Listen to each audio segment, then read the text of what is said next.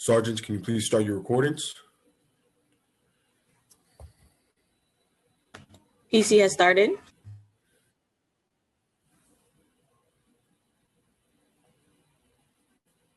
Cloud recording is underway. Backup is rolling. Sergeant Katowski, your opening. Good morning, and welcome to today's remote New York City Council hearing of the Committee on Higher Education. At this time, would Council staff please turn on their video? Please place electronic devices on vibrate or silent. If you wish to submit testimony, you may do so at testimony@council.nyc.gov.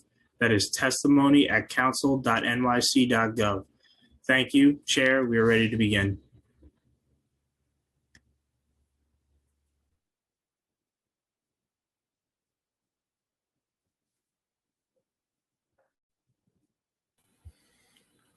Councilmember, you're on mute. Okay, can you hear me now? Yes. Okay, I can do my shake away again. Good morning. I'm Inez Barron, Chair of the Committee on Higher Education, and I would like to welcome you all to our hearing on the fiscal 2022 preliminary budget, the fiscal 2021 preliminary Mayor's Management Report, the fiscal 2021 through 2025 preliminary capital commitment plan, and the 10-year capital strategy for the City University of New York.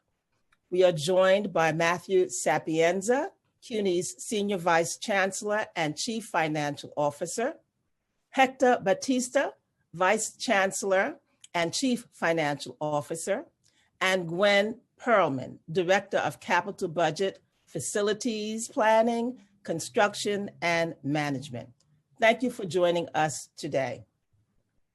Before we begin, I just want to have an insert here about a significant figure in our history celebrating Women's History Month. That person is none other than Shirley Chisholm. 50 years ago, Shirley Chisholm was the first African-American woman to run for president. She said she ran because somebody had to do it first. In her book, The Good Fight, she says, "I ran for the presidency despite hopeless odds to demonstrate the sheer will and refusal to accept the status quo." Ms. Chisholm spoke of the revolutionary possibilities of electoral politics, and when asked if more women, specifically Black women, should become involved in electoral politics, she said, quote, "Yes, women in this country must become revolutionaries. We must refuse to accept the traditional roles and stereotypes." Ms. Chisholm said, "What made me decide to run for president was that I felt the time had come for a Black person or a female person could and should be president of the United States of America, not only white males, and I decided somebody had to get it started." Again, citing Ms. Chisholm, "I think it's quite well known that I don't enter most things with the blessings of any party. Anyone who's followed my political career knows that very, very keenly. I am the only unbought and unbossed politician, and I mean that literally. I think you've got to recognize that I'm not white, not male, and I'm not going to get the blessing of the power structure in this country." They knew I was not afraid to chart a new course in the history of this country. And I just wanted us to think about that as we look at the budget, as we understand all of the challenges that we have before us, and to say to us that we cannot be afraid to chart a new course. Coming back to the topic at hand. It has been my honor to sit as chair of this committee since fiscal 2015. And in those 11 and now 12 separate budget hearings, I have made clear just how important faculty and upper management diversity is, tuition increases and those impacts on affordability and accessibility for students are, and childcare supports and increases in the base aid from the state are. Today, I am re-emphasizing my position in these areas. I also need to hear from CUNY on what CUNY is doing to support CUNY's students during this historically trying time and in its and the world's history. Is CUNY implementing new approaches to partner students with good paid internships and jobs, for example? I'm very concerned about this present moment and the city and CUNY's taking its rightful position to ease the current economic and social pains for its students. And we know that CUNY has suffered losses in faculty and students, and we want to make sure that the staff of all of those schools know that we send our prayers and support to them. In all of these issues, my concern is that committee wants to see what will come down from the state in the enacted budget. CUNY requested that the base aid remain intact from last year, but didn't give a request for any increases from the state. Why? The Bible says you have not because you ask not. This matter is most distressing as any tuition increases this fall would have a compounding impact on our students with limited financial means of employment. And it is so difficult to attain as the industries are bottoming out where students might have easily worked like restaurants. I want to know what the conversation with the administration has been to mitigate this potential increase. Before I get into questions, I will continue to discuss the budget from a broader vantage point. Specifically, CUNY's fiscal 2022 preliminary budget of $1.17 billion, or $1.2 billion rounded up, does not change much from fiscal 2021 adopted budget.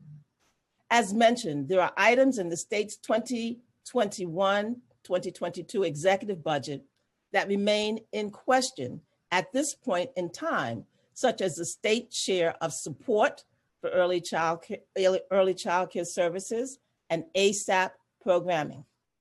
The fiscal 2022 preliminary budget also does not include the council initiative support, such as funding for the Peter F. Vallone scholarships or the university's partnership of programs with other city agencies. We will, of course, want to discuss all of these things today. The council's approach to its preliminary budget hearing is to ensure that the city's budget is fair, transparent, and accountable to all New Yorkers. While efficiency and performance have always been priorities of this body, today we plan to scrutinize the organization of the city's budget more closely. For CUNY, this means we will have a conversation again about the limited number of units of appropriation used to describe vast areas of the university's spending, particularly around the community colleges. We will also be taking a closer look at how CUNY organizes its approximately $629.7 billion capital commitment plan. Many city agencies, CUNY among them, develop plans that commit only a fraction of that amount. CUNY has been planning more carefully with OMB, and their commitment rates have increased. Fiscal 2020's commitment rate was 45%, and that's given the last quarter's pause mandate on non-essential construction projects. In years prior, CUNY's commitment rates were as low as 11 or 36%. I look forward to learning more about how the university has rebounded from the pause of its capital projects and what issues or efficiencies have arisen. Before we begin, I would like to take a moment to thank my staff, particularly Omawale Clay, who is now functioning and is my chief of staff, M. Indigo Washington, my director of legislation, Michelle Peregrine, finance analyst to the committee, Isha Wright, the unit head, Amy Briggs, counsel to the committee, and Chloe Rivera, senior policy analyst to the committee. I would like to at this time acknowledge the council members who have joined us We have Councilmember Alan Maisel, Councilmember Helen Rosenthal, Councilmember Alika Ampry Samuel, Councilmember Adonis Rodriguez, and as others join, I will acknowledge them also. Okay, at this time, I will turn it back to the host who will introduce the panel and swear them in. Thank you, Chair Barron. My name is Amy Briggs. I am counsel to the Committee on Higher Education, and I'll be moderating today's hearing and calling panelists to testify. Before we begin, please remember that everyone will be on mute until I call on you to testify. After you are called, you will be unmuted by a member of our staff. Note that there will be a few seconds delay before you are muted and we can hear you. For public testimony, I will be calling up individuals in panels. Please listen for your name and I will periodically announce the next few panelists. Once I call your name, a member of our staff will unmute you. The Sergeant at Arms will set a clock and give you the go-ahead to begin your testimony. All public testimony will be limited to 3 minutes. After I call your name, please wait for the Sergeant at Arms to announce that you may begin before starting your testimony. I will now begin by calling on the following members of the administration to testify. Hector Batista, the Executive Vice Chancellor and Chief Operating Officer of CUNY. Matthew Sapienza, the Senior Vice Chancellor and Chief Financial Officer. And Gwen Perlman, Director of Capital Budget, Facilities Planning, Construction, and Management. I will deliver the oath to each of you, and after I will call upon each of you to individually respond to the oath. So will you all please raise your right hand? Do you affirm to tell the truth, the whole truth, and nothing but the truth before this committee, and to respond honestly to council member questions? Executive Vice Chancellor Hector Batista. I do. Thank you. Senior Vice Chancellor Matthew Sapienza. I do. And Director of Capital Budget, Gwen Perlman. I do. Thank you. I will now call on Hector Batista to testify. Good morning, Chairwoman Barron. It's good to see you again, and other members of the City Council of Higher Education Committee. Thank you for the opportunity to testify about the CUNY's January operating and capital budget. I'm Hector Batista, Executive Vice Chancellor and Chief Operating Officer at the Senior University of New York.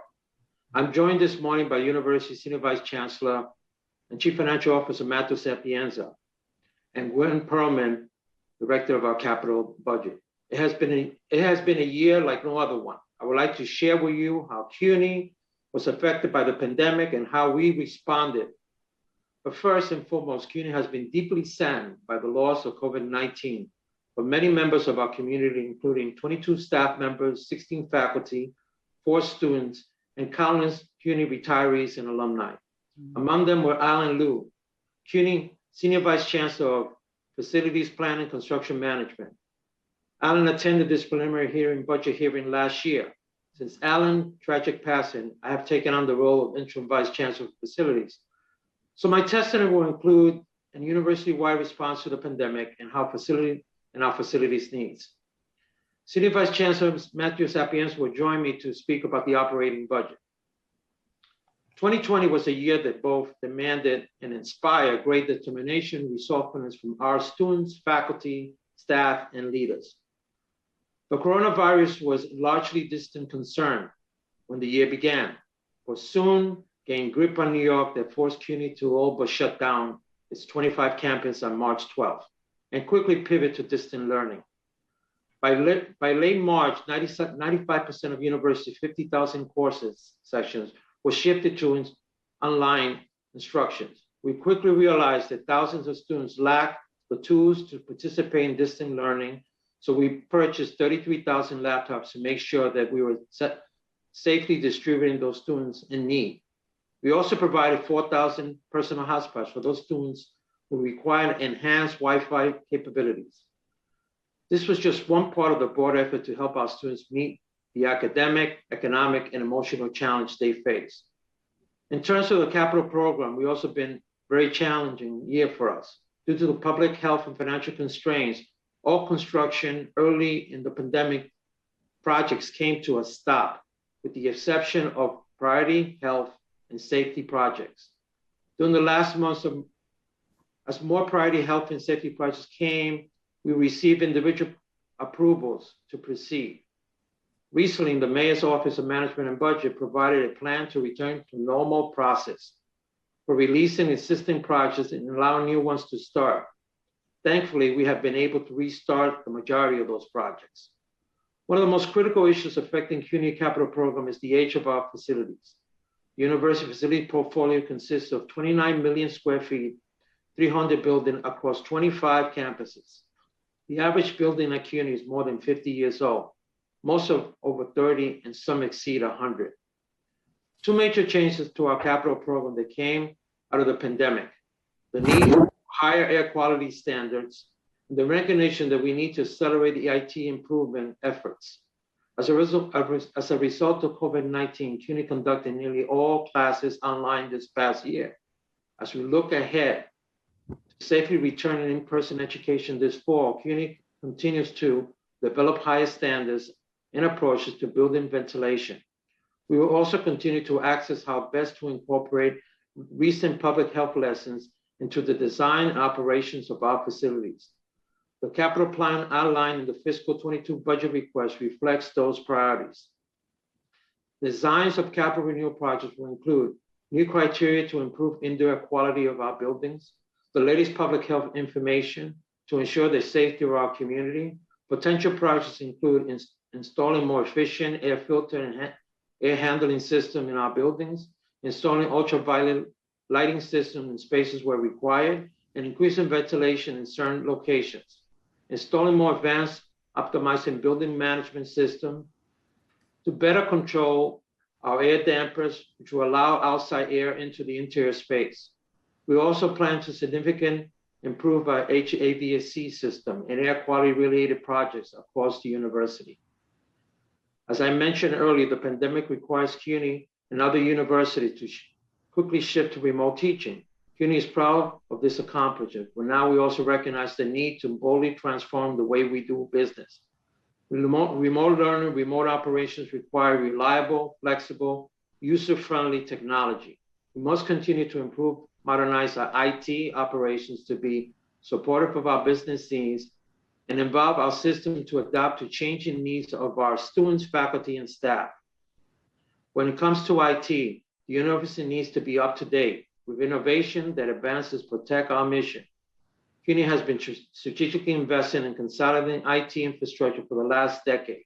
This investment will enable CUNY to standardize service offering and reduce operational costs across 25 campuses citywide. CUNY's IT roadmap has identified four strategies that includes transitioning to the cloud solution, systems where available and practical to help the university continue to do the business. The benefit of this project include the ability to adapt to fast-changing technology, to bring solutions to our end user quicker, and to offer features and functions that are expect us to get us to the place we need to be as a higher institutional learning organization. Moving to the modern cloud solution will help us to replace paper, manual business process, digital workflows. Centralized data is currently located across our university, managed external providers.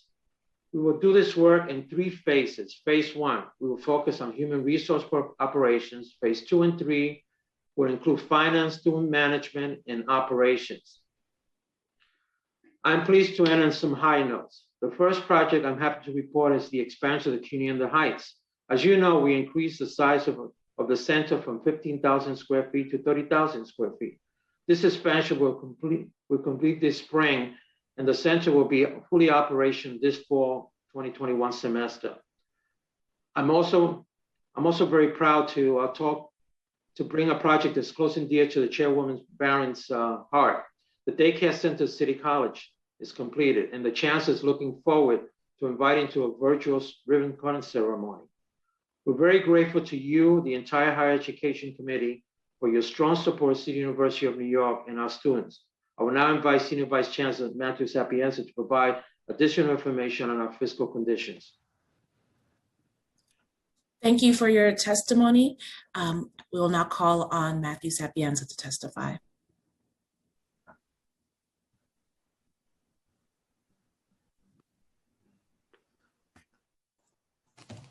Thank you, and good morning, Chairperson Barron and members of the Higher Education Committee. I am Matthew Sapienza, CUNY Senior Vice Chancellor and Chief Financial Officer, and I welcome the opportunity to speak with you about the Mayor's fiscal year 2022 preliminary budget and its effect on the City University of New York. Chairperson Barron and members of the committee, we very much appreciate your strong and continuing advocacy for our students. As you know, the global pandemic has created severe shortfalls in the city's budget. CUNY's budget request for fiscal year 2022 takes into account the university's priorities as well as the current fiscal environment. Our focus is on responding to the pandemic and jumpstarting New York's economic resurgence. The initiatives for which we are seeking support include prioritizing student mental health, creating a nursing pipeline program, forging connections with private industry partners to create career pathways for our students, expanding the successful CUNY Core internship program, and enhancing diversity within our full-time faculty ranks. We are also seeking crucial capital budget support to enhance our IT systems, the needs of which have come to the forefront due to the transition to online learning. The budget request is available on our website, and we will ensure that members of this committee and City Council Finance staff receive electronic copies. Of course, our budget request and future outlook is predicated upon the assumption that there will be significant additional financial support from the federal government to New York State and New York City. We are optimistic that this assistance is forthcoming, but if not, then our outlook would change significantly. Now let me speak to the city's preliminary budget. While we are pleased for the funding for our mandatory costs, the budget also includes a $77 million efficiencies target in fiscal year 22, which is $31 million higher than our current year efficiencies target. If this reduction were enacted, CUNY's community colleges would experience a 14% cut in city support since the pandemic began. We also had to absorb a one-time $20 million reduction in the last quarter of fiscal year 2020, when the coronavirus first began to negatively impact the city's finances. A reduction of this size would severely limit our community college's ability to provide the course sections and other vital supports that our students rely on in pursuit of their degrees. The administration's reduction plan also targets the incredibly successful ASAP program, which has more than doubled community college graduation rates and is being replicated in several other states. We also seek the council's help in restoring $1.7 million that was provided for remediation in the current fiscal year, $1 million for the Food Insecurity Initiative, and $510,000 for our community college childcare centers in the FY22 city budget. In addition to reductions from our public funding partners, COVID-19 has caused other unprecedented stress on CUNY's finances.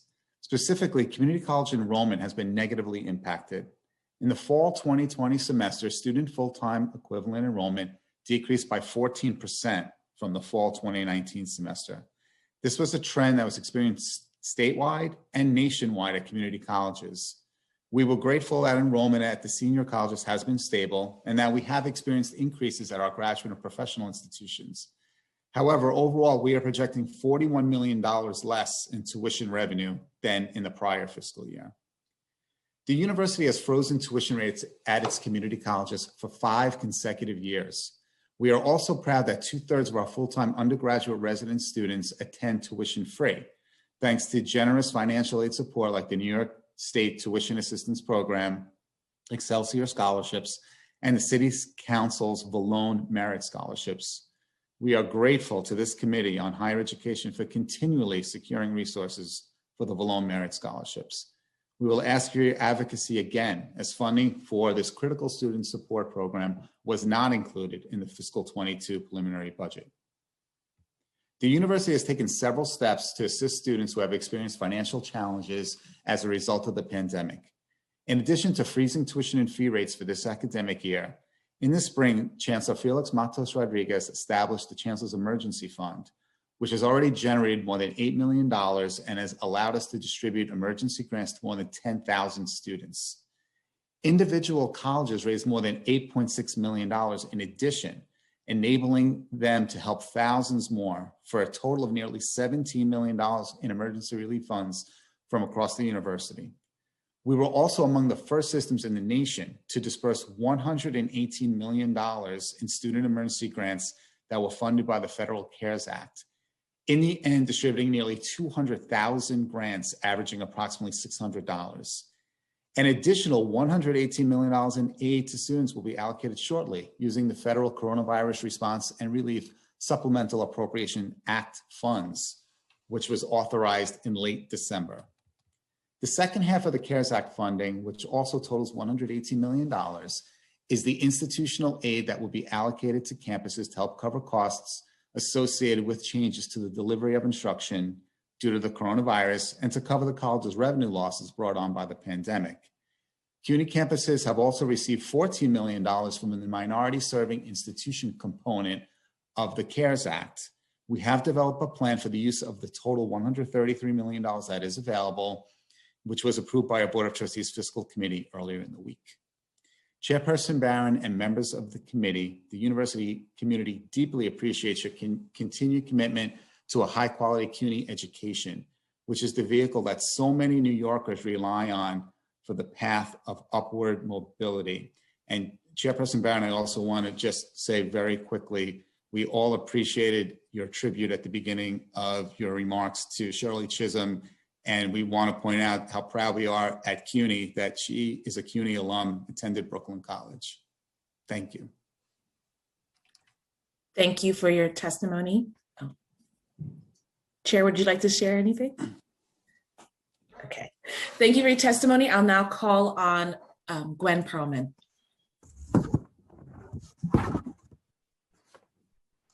I believe that that ends our testimony. Thank you. All right, thank you. Thank you so much to the panel for your testimony. I did have a little technical glitch, and Mr. Sapienza, I didn't hear most of your testimony, but I pretty much have an idea of what it is that you've shared.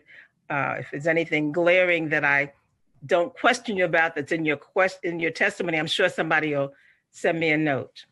But once again, thank you for coming and participating. I do want to make a correction. I said the capital budget and I said billions. I should have said 629.7 million. So I want to correct that on the record. And I want to acknowledge that we've been joined by council members Moya, Lander, Lewis, and Gibson, and thank them for their participation. So to get to the questions. So CUNY has a total proposed budget. Oh, and I also see we've been joined by Councilmember Cumbo as well. Thank you. CUNY has a total proposed budget of $1.17 billion, or approximately $1.2 billion for fiscal 2022. However, the fiscal 2022 financial plan includes no new needs for CUNY. That's shocking. And I would like for you to explain, were there any new programs or additional funds requested by CUNY for fiscal 2022? So Councilwoman, I'm going to let Senior Vice Chancellor Matt Sapienza to respond to that. Thank you. Thank you. And yeah, thank you, Chair Barron, for the question. Yes, the university, we had our board approved fiscal 22 budget request in which we identified new needs for things like prioritizing student mental health, creating a nursing pipeline program, enhancing our workforce development programs that we have at our campuses currently, helping fund our resource centers at our campuses, what used to be called our single stop centers. So we had a variety of programs that we were looking for support for. So, obviously disappointing that none were included in the preliminary budget, but we understand that there's fiscal stress now on the city's budget, and we want to be good partners. And we thought that our budget request reflected that reality of the current fiscal environment, but yes, unfortunately, none of them were included in the preliminary budget proposal. Well, I would have thought that you would have at least put it in perhaps as a wish list, so that if we were to get a windfall from someplace and if the administration said, well, we've got this extra money, what shall we do with it? You would have been on that list of people who had some needs that were not perhaps satisfied in the first go round. So it might have been, parenthetically or an addendum or by the way, or in case of, but I certainly think that that would have been appropriate to do that. And in terms of budgeting, when I first went to the assembly, when we were doing the budget, the term savings came up. And being a newbie, I didn't quite understand that meant cuts. So savings is the euphemistic way of saying that we're going to take away or reduce, eliminate things that had existed before. So we're talking now about what budget people call savings. The majority of the budget actions seen in this plan are due to reductions or eliminations taken in fiscal 2022, totaling $49.3 million from 6 actions. So let's talk about a large programmatic cut to one of my favorite programs, ASAP. What are the needs for ASAP now? And was CUNY able to keep the ASAP program whole for fiscal 2021? And remember, the council had restored $34.3 million through negotiations with the admin, and there had remained $20 million unrestored. So what is the status at this point for ASAP? Yeah, man. Thank you. So thanks, Chair Brown, for raising that question and pointing out the importance of the ASAP program. And we're incredibly grateful to this committee and the entire City Council for their advocacy in helping restore those cuts from last year. We were looking at a $54 million cut to ASAP during last year's adopted budget process. And we're very, very grateful for the council's tremendous support to get $34 million of that restored. So we had a $20 million cut to ASAP to begin the fiscal year, and we ended up cutting ASAP Well, let me just ask a quick question. Sure. Was that initially presented? Because as my colleagues on the budget negotiation team spoke with me, that was not initially presented to them in that manner. No, I understand that there was, a misunderstanding. And it's a large misunderstanding, and it's quite annoying because the council took bold measures because they wanted to keep ASAP whole. So I need to understand how that, first of all, happened, and then how was it resolved? So we ended up cutting less than $20 million to ASAP because one of the things that we wanted to maintain about ASAP was the original proposal that was in the mayor's executive budget for last year was that CUNY would not have a new cohort of incoming students for the fall 2020 semester. And that was something that we felt very strongly would have a really negative impact on our community colleges. And so we did have a new cohort for fall 2020. The number of students that we had in ASAP this year was a little over 21,000, which was in line with what we've had in previous years. But we found savings elsewhere in the program to the tune of about $13 million, mostly from administrative costs, and there were some savings that we were able to generate from going to distance learning. So we ended up cutting about 13 of the 20, and the other 7, we found other programs from which we were able to generate savings to make up for the difference. So we ended up reducing the ASAP budget by about $13 million overall this year. But the number of students served was about the same as the previous year. The number of students served was about the same. What about the level on the quality and the quantity of the services that make ASAP such a special program so effective that it's nationally recognized and replicated in many states? What about that level? Yeah, no, we feel that those services are still being provided. Like I said, we were able to find some savings. The same ratio as it had been previously, to the same level? Yeah, we feel the ratios are similar, but obviously we want to enhance ASAP. as you pointed out, Chair Barron, ASAP is incredibly successful. It's more than doubled community college graduation rates. It's a challenge that folks throughout the country have been trying to figure out, and CUNY was able to develop this ASAP program and have incredible outcomes.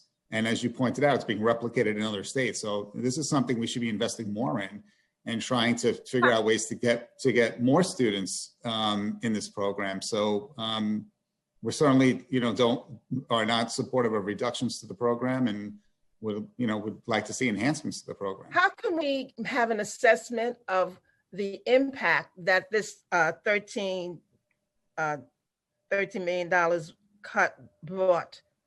How can we assess and determine, rather than say, well, it appears or it seems as if, what can we do quantitatively to see what impact that reduction had on ASAP?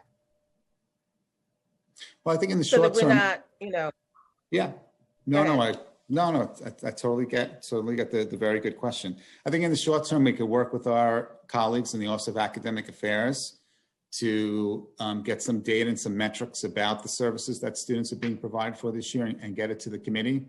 And I think in the long term, the data that we've been tracking very closely for ASAP in terms of retention and more importantly, most importantly, I should say, graduation rates. We hope that when this new cohort of students gets to the finish line, that those rates continue to be as strong as they have been for ASAP. But in the short term, we certainly can provide you and this committee with more information from our colleagues on the Office of Academic Affairs about the services that continue to be provided to students. well, what is your proposal for 2022 for ASAP? We would like to keep the same level of students. We want to have another cohort of students for fall 2021. And how does that translate to dollars? Yeah, there's the administration proposed a $10 million cut to ASAP for next year. That's at the fiscal 22 preliminary budget. We obviously don't want to see any cuts to the program. We want to keep the funding levels the same, and if not, to increase them to the prior levels to restore that original $13 million cut that we got in this year's budget. So yeah, we're planning to have a new cohort for fall 2021 and keep the level of students similar to what they were this year. That's our goal, and that's what we'd like to do. So for the record, you're saying you would like to at least maintain what you had and look to restore what was erroneously cut or tragically cut due to misinformation to the budget negotiating team at the outset. Correct. We would like those cuts to be restored. Okay. Council discretionary funding.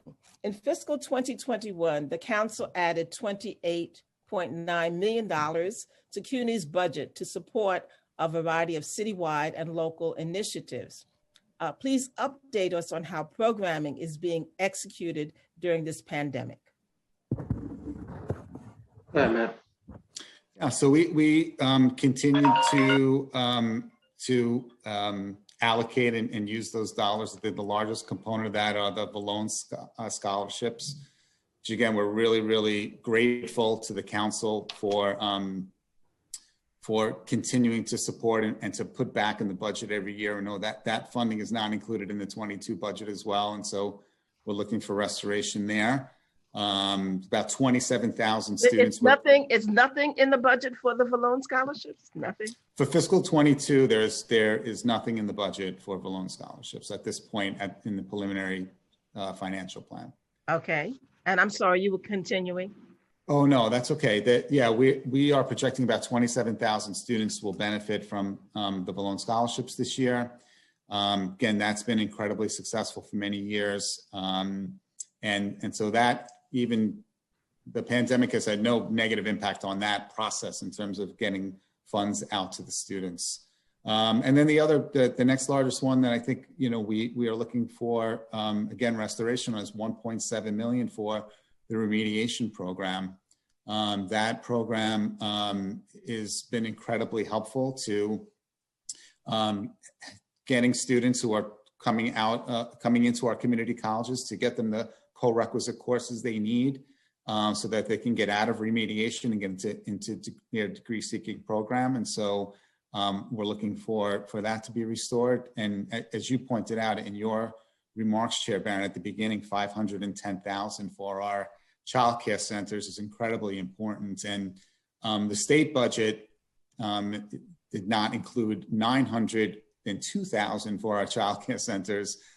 So between the $900,000 that we're currently short on the state side and $510,000 on the city side, as of right now, we're looking for $1.4 million in restorations for our community college child care centers. And so we're hopeful on the state side that the Assembly and Senate, our colleagues there, will help us get that restored, and for you all at the City Council level to help us once again. I know you've been very helpful for many years on this front with the child care center restoration for the community colleges.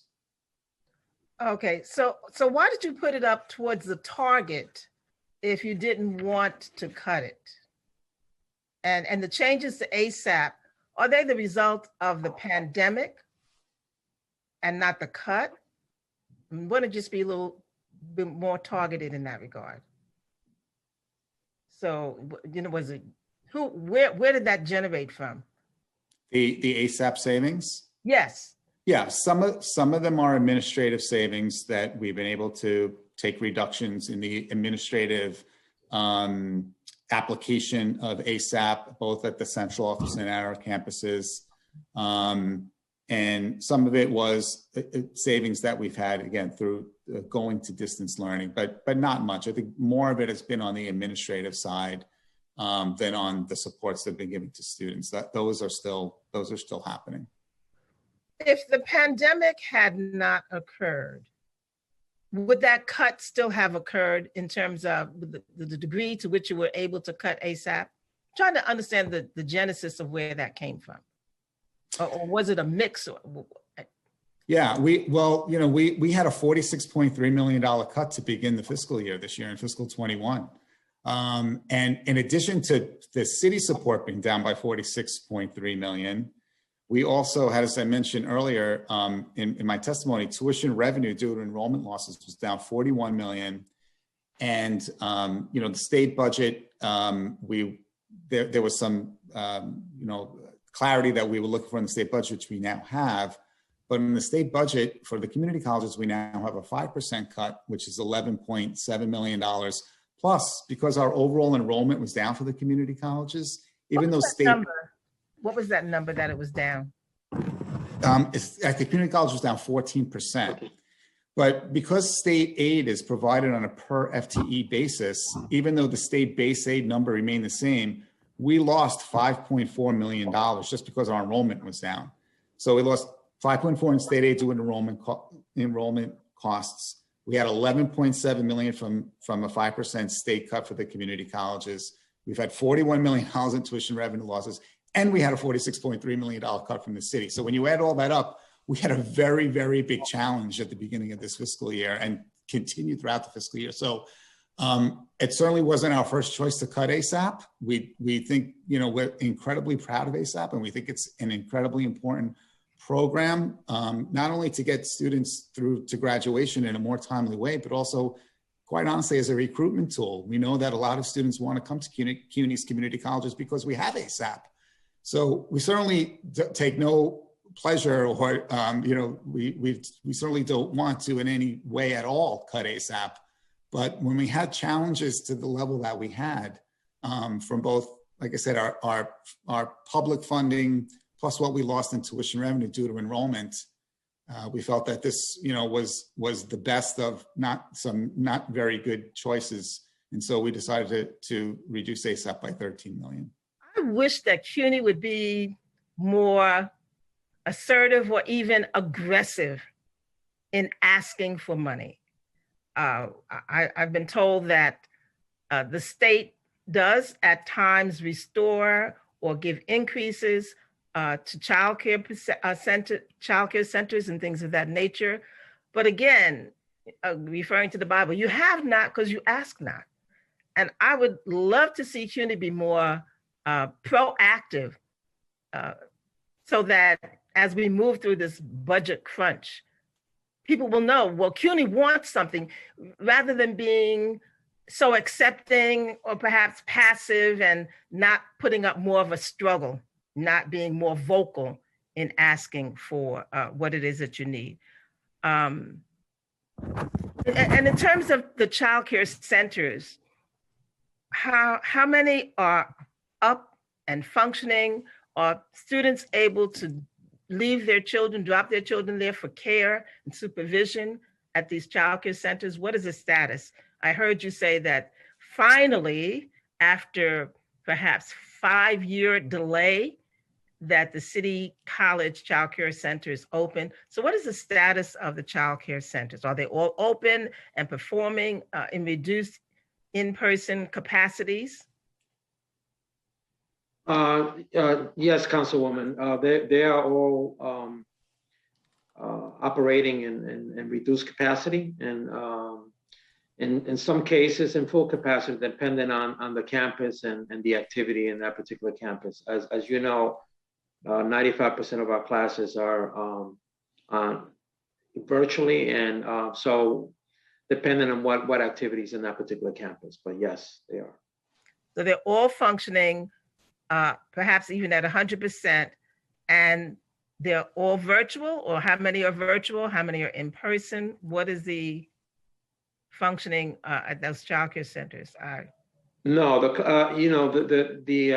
the child centers are all operating in full capacity, depending on what the use is in that particular campus, depending on the occupancy of that particular campus at any given time. Okay, let me rephrase it. Are there in person? Yes. Okay, and some are at full capacity in person. Others, can you tell us which ones, or if you don't have it now, let us know which ones are perhaps remote as well? Are there any that are both remote and in person, or are they all one or the other? Why don't we provide you that information so I don't really misrepresent which ones are not, which ones are and which ones are not. Okay, and then how is that making a difference? Because it's hard for me to imagine a child in a setting for 3-year-olds and 2-year-olds actually getting a good program remotely. So how is that being justified? And if the point and the objective was to have students be able to have their child cared for in a setting while they are studying, that's not happening with a 3-year-old, 4-year-old who wants their mom's attention, and the dad is trying to study. So have we looked at what that impact is, how that's impacting on students? If I understand your question correctly, are you saying the students that are learning remotely, are we looking on how to provide them with the children with daycare? Is that what you're referring to? Or are you referring to those students who are arriving, who are attending the campuses? What are we doing there? Right. I'm talking about those who are at home students or on a digital platform remotely, who would normally have taken their child to a daycare center, childcare center, but now that child is also in a remote setting, and that child is perhaps 3 or 4. Do you have a distinction as to the ages that will be in person as opposed to perhaps older children that might be able to function a little more successfully remotely? The only distinction is that if a student is attending a course in person, then they're being allowed to use the daycare center. If it is convenient for them to be able to drop off the child at our daycare center, then they could use our daycare center and then go back and take their courses online. And for those who are remote? The same thing applies if you're able to get the child there to the daycare center. Okay. I'm not framing my question appropriately because I'm trying to understand how it benefits a student parent to be able to have their child, to not have their child in person in a center, and to now have the responsibility while the student himself or herself is learning remotely, now also having to pay attention to a young child.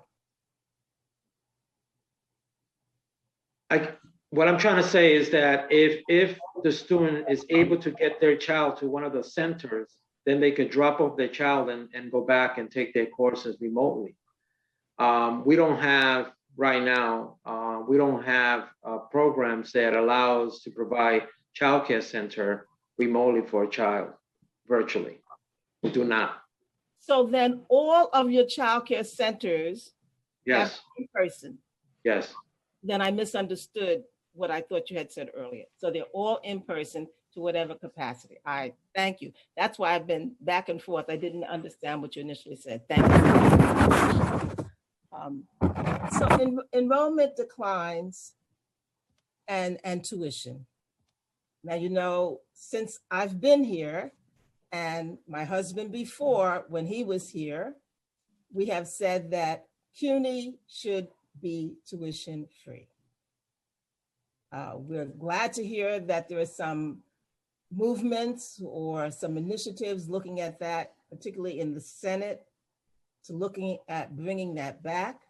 But in terms of where we are now, this committee was informed that the fall 2020 enrollment for full-time equivalent students at community colleges was around 60,200 students. And the spring was around 44 students, a difference of approximately 16,000. Is this where the tuition shortfall is occurring? Yes, Yes. mainly yeah. Go ahead, Matt. No, sorry, Hector, I'm sorry. No, go Yes, ahead. no, mainly that's where our tuition revenue shortfall of 41 million is emanating from, is from the enrollment loss, no question. And the loss that you're looking at, is it a greater concentration of fewer students in the community college level than in the senior college level? Yes, the community colleges for last semester, fall 2020, community colleges were down overall about 14%. And it was interesting because, as I mentioned in my testimony, it really was a nationwide trend and a statewide trend. The SUNY community colleges had similar losses. And, you know, one of the interesting things about it is really, you know, community college enrollment has been, you know, counter-cyclical to the economy for many, many years. Whenever New York has had high unemployment rates, community college enrollment usually has some really big enrollment spikes. And the opposite happened this time. And again, it happened throughout the country. And it was because of where the economic downturn, what industries it affected and what communities it affected. And so community colleges were down 14%. Senior colleges were about flat overall. And our graduate and professional schools, our master's programs had a nice increase, which was helpful. So the community colleges are the sector that we're definitely the most concerned about when it comes to enrollment. And I think from that, we can conclude that those at the lower income levels perhaps lost jobs and weren't even able to balance the 2 and 3 jobs that we know students sometimes juggle to be able to go to school. So with that understanding, and with the new higher education emergency relief funds, that's going to add, 45.5 million, is that what it is? It's 455. 455. 455 million. So community colleges are expected to get 166 million of that. And since the description says that it can be used for financial aid grants to students, for student support activities, for institutional costs, including a loss of revenue and reimbursement for expense already incurred, and for technology costs. What is CUNY's position? What are the plans? What's the discussion about this 166 million that's going to community colleges? Well, so the second round of federal stimulus that you're describing, Chip, and this 455 million. Yes. What the legislation requires is that colleges and universities allocate at least the same amount of money for student emergency grants that they did under the CARES Act. So for CUNY colleges in total, that was $118.5 million. Right. So we will be allocating at least $118.5 million in student emergency grants out of this $155 million. And so again, we're really pleased to have that provision in the bill, and really pleased to be able to help our students in that way.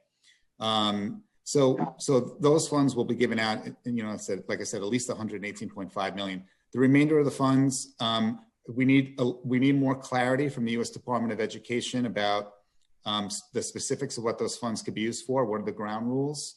And I think we need more clarity on our budget situation. As you pointed out earlier, the state is negotiating a budget that we are hopeful will be completed on or around April 1st. And so we want more clarity on that. We want more clarity on a city budget condition, which we're discussing today, and also on our enrollment level. So I think as we get more information from the U.S. Department of Ed on the ground rules of the second round of stimulus funding, plus our own fiscal situation starts to crystallize a little bit better, we'll be in a better position to make plans on the best use of the remaining funds from the federal government. And can I just add one other thing, Councilwoman? The Chancellor's Emergency Fund has also the Chancellor has raised a lot of money to be able to give those students that are not eligible under the CARES Act resources that are needed. So we're trying to do everything that we can to make sure that as many of our students are covered. When do you have an idea or timeline for when that second round of money will be expected? And have you used up all the money from the first round? CARES fund, yeah, the CARES funds we had allocated $41 million previously, $5 million of which went for mental health supports for our students. 20 million went for IT investments, including we purchased 33,000 iPads and laptops, and we spent, I think we purchased about 4,000 personal hotspots. So that was 20 million. And then the other 16 million in the first round went for student refunds, fee waivers, dorm refunds for our resident students. So that was the first allocation of 41 million. Is those three categories: 20 for IT, 16 for student refunds, 5 for mental health. The remaining 92 million was part of our budget plan for the remainder of the fiscal year that our Board of Trustees Fiscal Committee just approved on Monday. So we are going to be allocating those funds to the colleges now. And those will be used to cover, again, costs related to the coronavirus, costs of going to distance learning. And one of the things that we were really grateful for was that when the federal government came out with the second round of stimulus, they said that any unused CARES funds could be used for lost revenue. And so a good portion of the CARES funds that we're giving out now will go towards lost revenue, which will really help our campuses. Couldn't CUNY, in fact, use all of this funding to restore programmatic cuts and the revenue shortfalls and still have money left to support students, about 60 million to support students in additional support?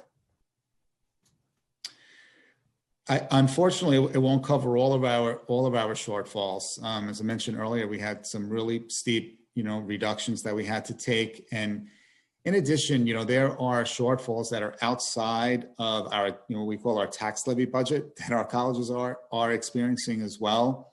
I mentioned dorms, just a minute ago, but there's other things as well.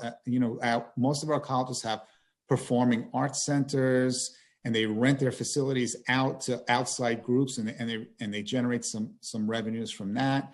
They have bookstores and cafeterias. There are other revenues that they normally generate throughout the year that are outside of a tax levy budget that they rely on. That performing arts center revenue is pretty much down to zero for this fiscal year. I mean, some of our colleges, made hundreds of thousands, if not millions of dollars in revenue just from that alone. So there are some pretty significant shortfalls that our campuses are facing. But I think to your question, yes, that there will be some campuses that can use the funds for restorations. And we hope that they can cover most of them at a lot of our campuses, but some campuses, I think the shortfalls are just too steep to be able to restore 100%. So are you talking about the 60 or the 100, and which part of money are you talking about right now? I'm referring to just this initial CARES funding that we just allocated the remainder for. We're hopeful that the second round of stimulus, once we get further guidance from the U.S. Department of Ed, that some of that could be used for additional student supports above the 118 that we're going to give out, or additional investments. But again, I think a lot of that will depend on what our overall fiscal situation is in terms of our state and city budgets and our enrollment levels, whether those funds could be used for investment or they're going to have to go towards helping us out in terms of just managing through this fiscal situation. Well, you're in a very unique position, very challenging as well. And the committee requests a breakout of how CUNY is allocating all of these federal stimulus funding to its community colleges. And we look forward to getting that. And it was mentioned that the chancellor had an emergency relief grant. Can you speak a little bit more about that? I know that some of it went, or perhaps all of it was given as grants to students. If you could give us the correct information for the record, please.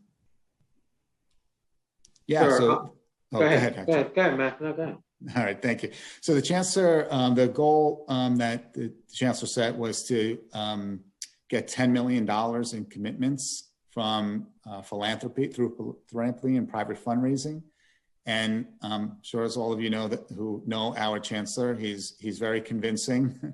And he's already generated to date. I mean, he announced this back in the spring when coronavirus first started, so it's less than a year, and we already have over $8 million and have given that money out to thousands of students. And I think it's over 9,000, about 9,100 students that have received grants to date. And one of the really helpful things about this emergency grant is it is private money, and so we were able to help a lot of undocumented students. I think about half of the funds went to undocumented students because, there are challenges with helping undocumented students with public money, but privately raised money we can use. And so that's been a really helpful component of this as well. And so we're really optimistic that we're going to get to that $10 million goal. And Matt, can we point out also that the CARES Act, the first CARES Act, did not allow us to give money to undocumented students. So that's why the fundraising by the chancellor was particularly helpful. I mean, as Matt, sort of alluded, I mean, the chancellor is not only a very convincing person, but a very, charismatic person who's able to talk to philanthropy in a way that allowed them to be extremely supportive of what we're trying to do in terms of helping some of our much needed students, which is the undocumented one. We hear that the new stimulus is going to have some more flexibility. So we're hoping that we're able to do that, but the chancellor's fundraising still continues. A part of that philanthropy also was money from the Mackenzie Scott, as well as the Mellon Foundation. If you would speak to that as well. Yeah, those grants went to two particular two particular colleges, BMCC and Lehman. Right. Each received $30 million. That is for their use. There is being so the presidents are working on figuring out how to use those resources. And then the Mellon Foundation money was the chancellor was able to raise that money that allowed him to hire some additional adjuncts as part of the which I think Charlie to hiring about 132 adjuncts, which services about 4,700 students. How many adjuncts did you say that was? That 132. That money. Okay.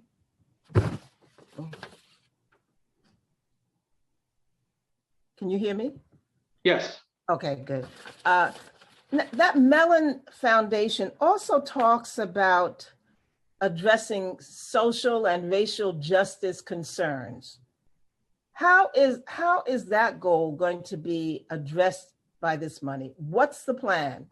Because I've had CUNY before me on many hearings, and we have not seen significant improvement in Black faculty at higher management. So now that we have this grant, and it specifically says that it's looking to address social and racial justice concerns, what is being done to meet that goal? So I'm gonna, and Matt could add if I miss anything. First of all, it starts out with our chancellor being the first person of color to lead this system. I think I'm the first COO to be CEO of CUNY, and he has made, a real. His appointments have been extremely diverse appointments. Alan Liu, that unfortunately we lost because of the coronavirus, is the first Asian vice chancellor in the system. So the chancellor is extremely committed to diversity and inclusion throughout the system. In this budget, we have included hiring about 80 diverse faculty. Did I get that number right, Matt? Correct, yes. And obviously the chancellor is working on really signaling to the system the importance of making sure that our faculty is reflective of the students that we teach, and is something that he's extremely committed to. Both the chancellor and the provost are working on putting together a system-wide approach towards making sure that we're making an impact when it comes to diversity and inclusion. But it really starts at the top. And I think he set the tone, and he's sending the message across the system. I think his appointments I think we're up to about 7 or 8 new presidents. They're all extremely diverse, not only in gender, but also in ethnicity and so forth. So I think that, he's definitely demonstrating that through his leadership. And we'll be happy to provide you with some information as we develop it. Okay. I'm going to be looking very closely because, as you may recall, at one of the hearings, when I asked about CUNY's so-called master plan, there was not any type of continuity from one 4 or 5 year plan to the next. There was not any assessment of the success or the challenges of the previous year's plan that would be addressed in the next one. So these isolated, scattered kinds of presentations they're unproductive. They're unproductive because we don't have any kind of longevity to be able to see how we're moving. It's just, I have to do this. It's a part of the plan. Stick something here. That's how I see it. Put something in there to satisfy that requirement. Oh, okay, here's the next plan. Put something there without looking back and reflecting and any kind of cohesive, comprehensive plan. So I'll be interested to look to see how that's going to correct that situation, which CUNY has had in the past. So in addition, there are unfunded public-private partnerships to support workforce development for CUNY students. And none of these are particularly unusual, but they are actually now very timely now. So CUNY has a wealth of resources and access in ways that other city agencies do not. Do you feel that CUNY is maximizing all of these resources for its students? I mean, I think that when it comes to workforce development, that is a high priority for our chancellor. Recently, as you probably read, the chancellor was invited by JP Morgan to be part of the CEO council that is going to allow for internship programs for some of our students. He's made workforce development one of his priorities and something that he is extremely committed to. As you stated, CUNY has the ability to tap into resources because of who we are. I think that now, because the chancellor is really so focused on this, I think that all those initiatives are going to be, more coordinated, so we could, really make the impact that I think both you as the chair of the higher education and this committee is really asking of CUNY. And I think that it is a high priority for our chancellor. Okay, I have another set of questions that I'm going to ask, and then I'm going to pause to allow my colleagues to pose their questions, and I'll come back with additional questions after they pose their questions. It's been a while since we've been here, and I appreciate their patience, and I know they're anxious to get their questions posed. So let me just pose this last set of questions about the state budget issues, and then I'll give my colleagues an opportunity to quiz you. Talking about community colleges base aid. So the governor's executive budget proposes to hold the base aid steady in fiscal 2022.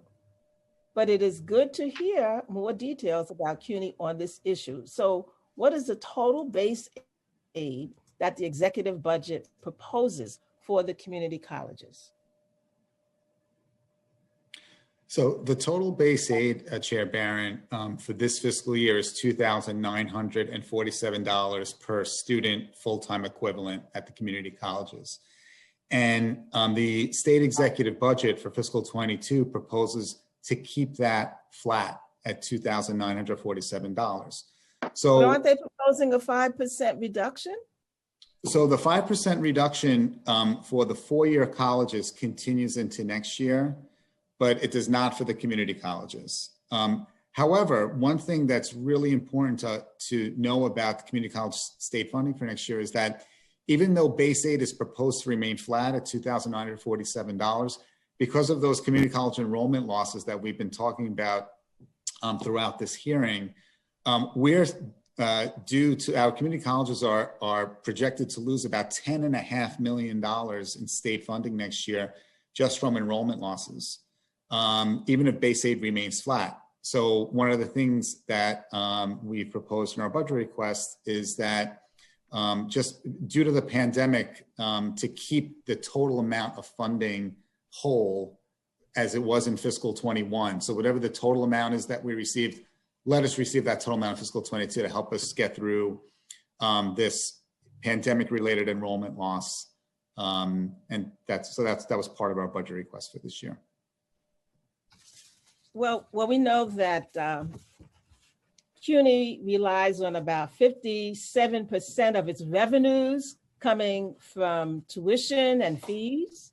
I think for an institution to call itself a public institution and rely in the majority on students in tuition fees and fees is unconscionable and a contradiction to saying that you're public.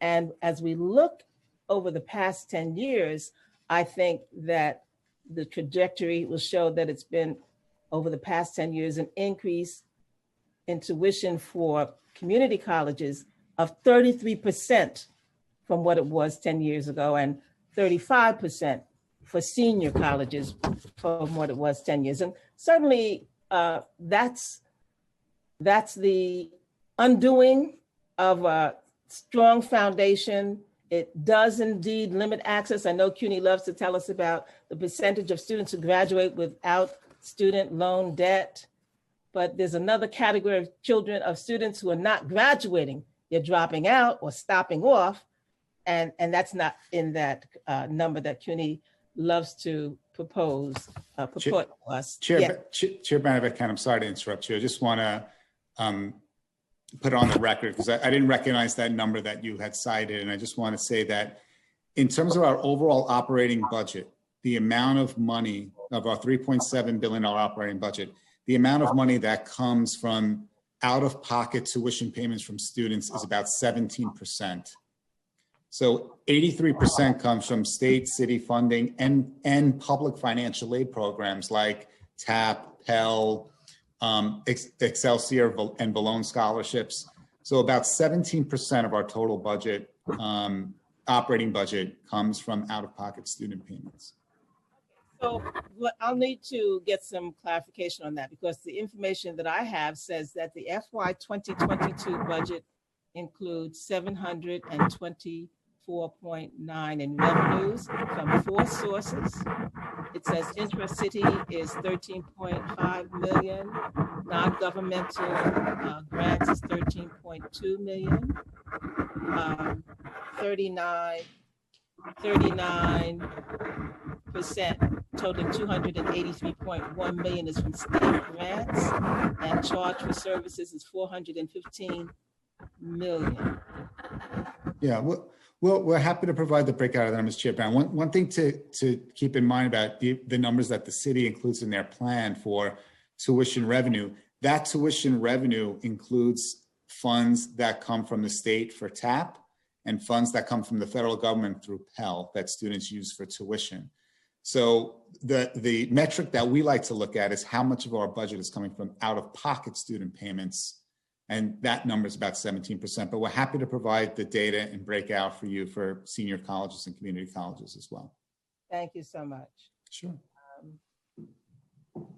Thank you. Next question. Did CUNY ask the state for an increase in the base aid? Why or why not? Our budget request did not include an increase in the state aid. It asked to keep us whole for this year. And part of our whole budget request was we were trying to recognize at both the state and the city levels the unprecedented financial crisis that's been brought on by this pandemic. So we were trying to be good partners and wanted our budget request to reflect that. So we didn't specifically ask for an increase in the base aid rate, but asked that we be kept whole so that our colleges wouldn't be negatively affected by the enrollment loss. Thank you. The governor is also permitting CUNY to sell off any underutilized real estate to backfill revenue shortfalls from the state. And the committee learned that the state has withheld 20% of its operating support for fiscal 2021, and it released all but 5%, leaving CUNY with an approximate $12 million cut. Is this the shortfall total? I'm not sure what you're referencing, but let me, in terms of the disposition of property, there's no such mandate. What we're doing is we're conducting an analysis of all our real estate to try to maximize our real estate. In some cases, to allow us to move from rental, where it's really affecting our operating budget.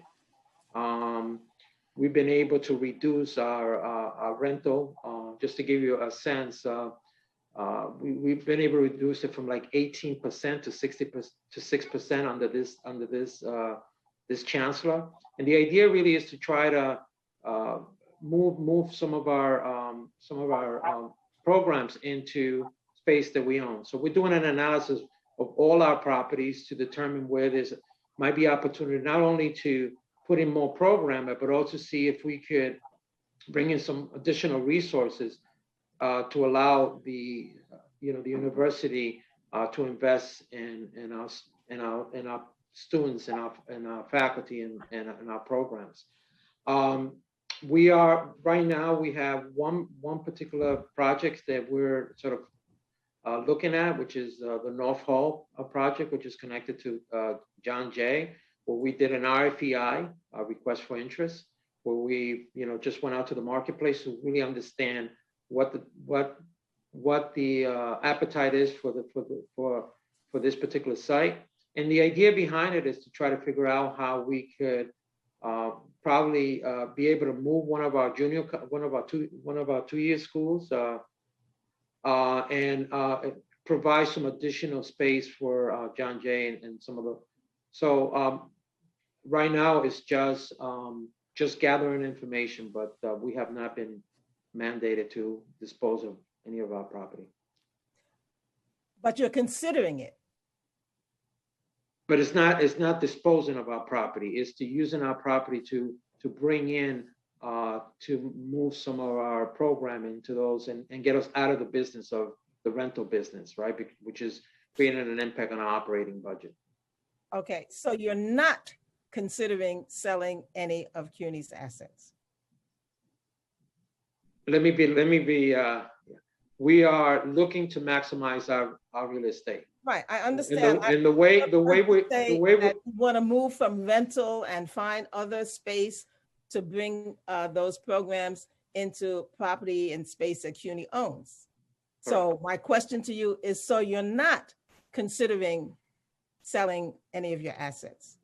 Because my question was going to be, if you were considering selling, do you have a target dollar amount that you're looking to reach?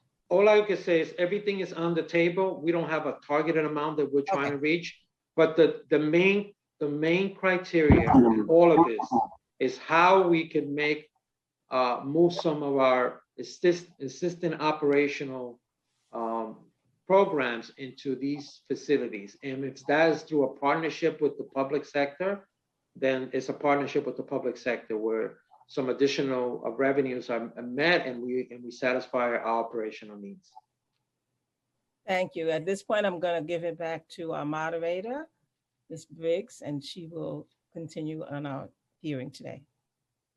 Thank you, Chair Barron. I will now call on council members with questions in the orders they raised. They use the raise hand function in Zoom. Council members, if you would like to ask a question and you have not yet used the raise hand function in Zoom, please do so now. Also, please remember to keep your questions and answers to 5 minutes. The Sergeant at Arms will maintain a clock and a member of our staff will unmute you. You may begin after I call on you and the Sergeant gives you a cue. We will now hear questions from Councilmember Rosenthal and Councilmember Landers. Let's begin with, I will now call on Councilmember Rosenthal to ask her questions. Thank you so much. Chair Barron, I was watching you in awe, answering these questions, asking these questions and understanding the answers. To me, the last 20 minutes or 30 minutes has been like, you know, one of those word clouds where it's just words everywhere. To me, it sort of felt like just numbers everywhere and I couldn't quite tell what's coming and going.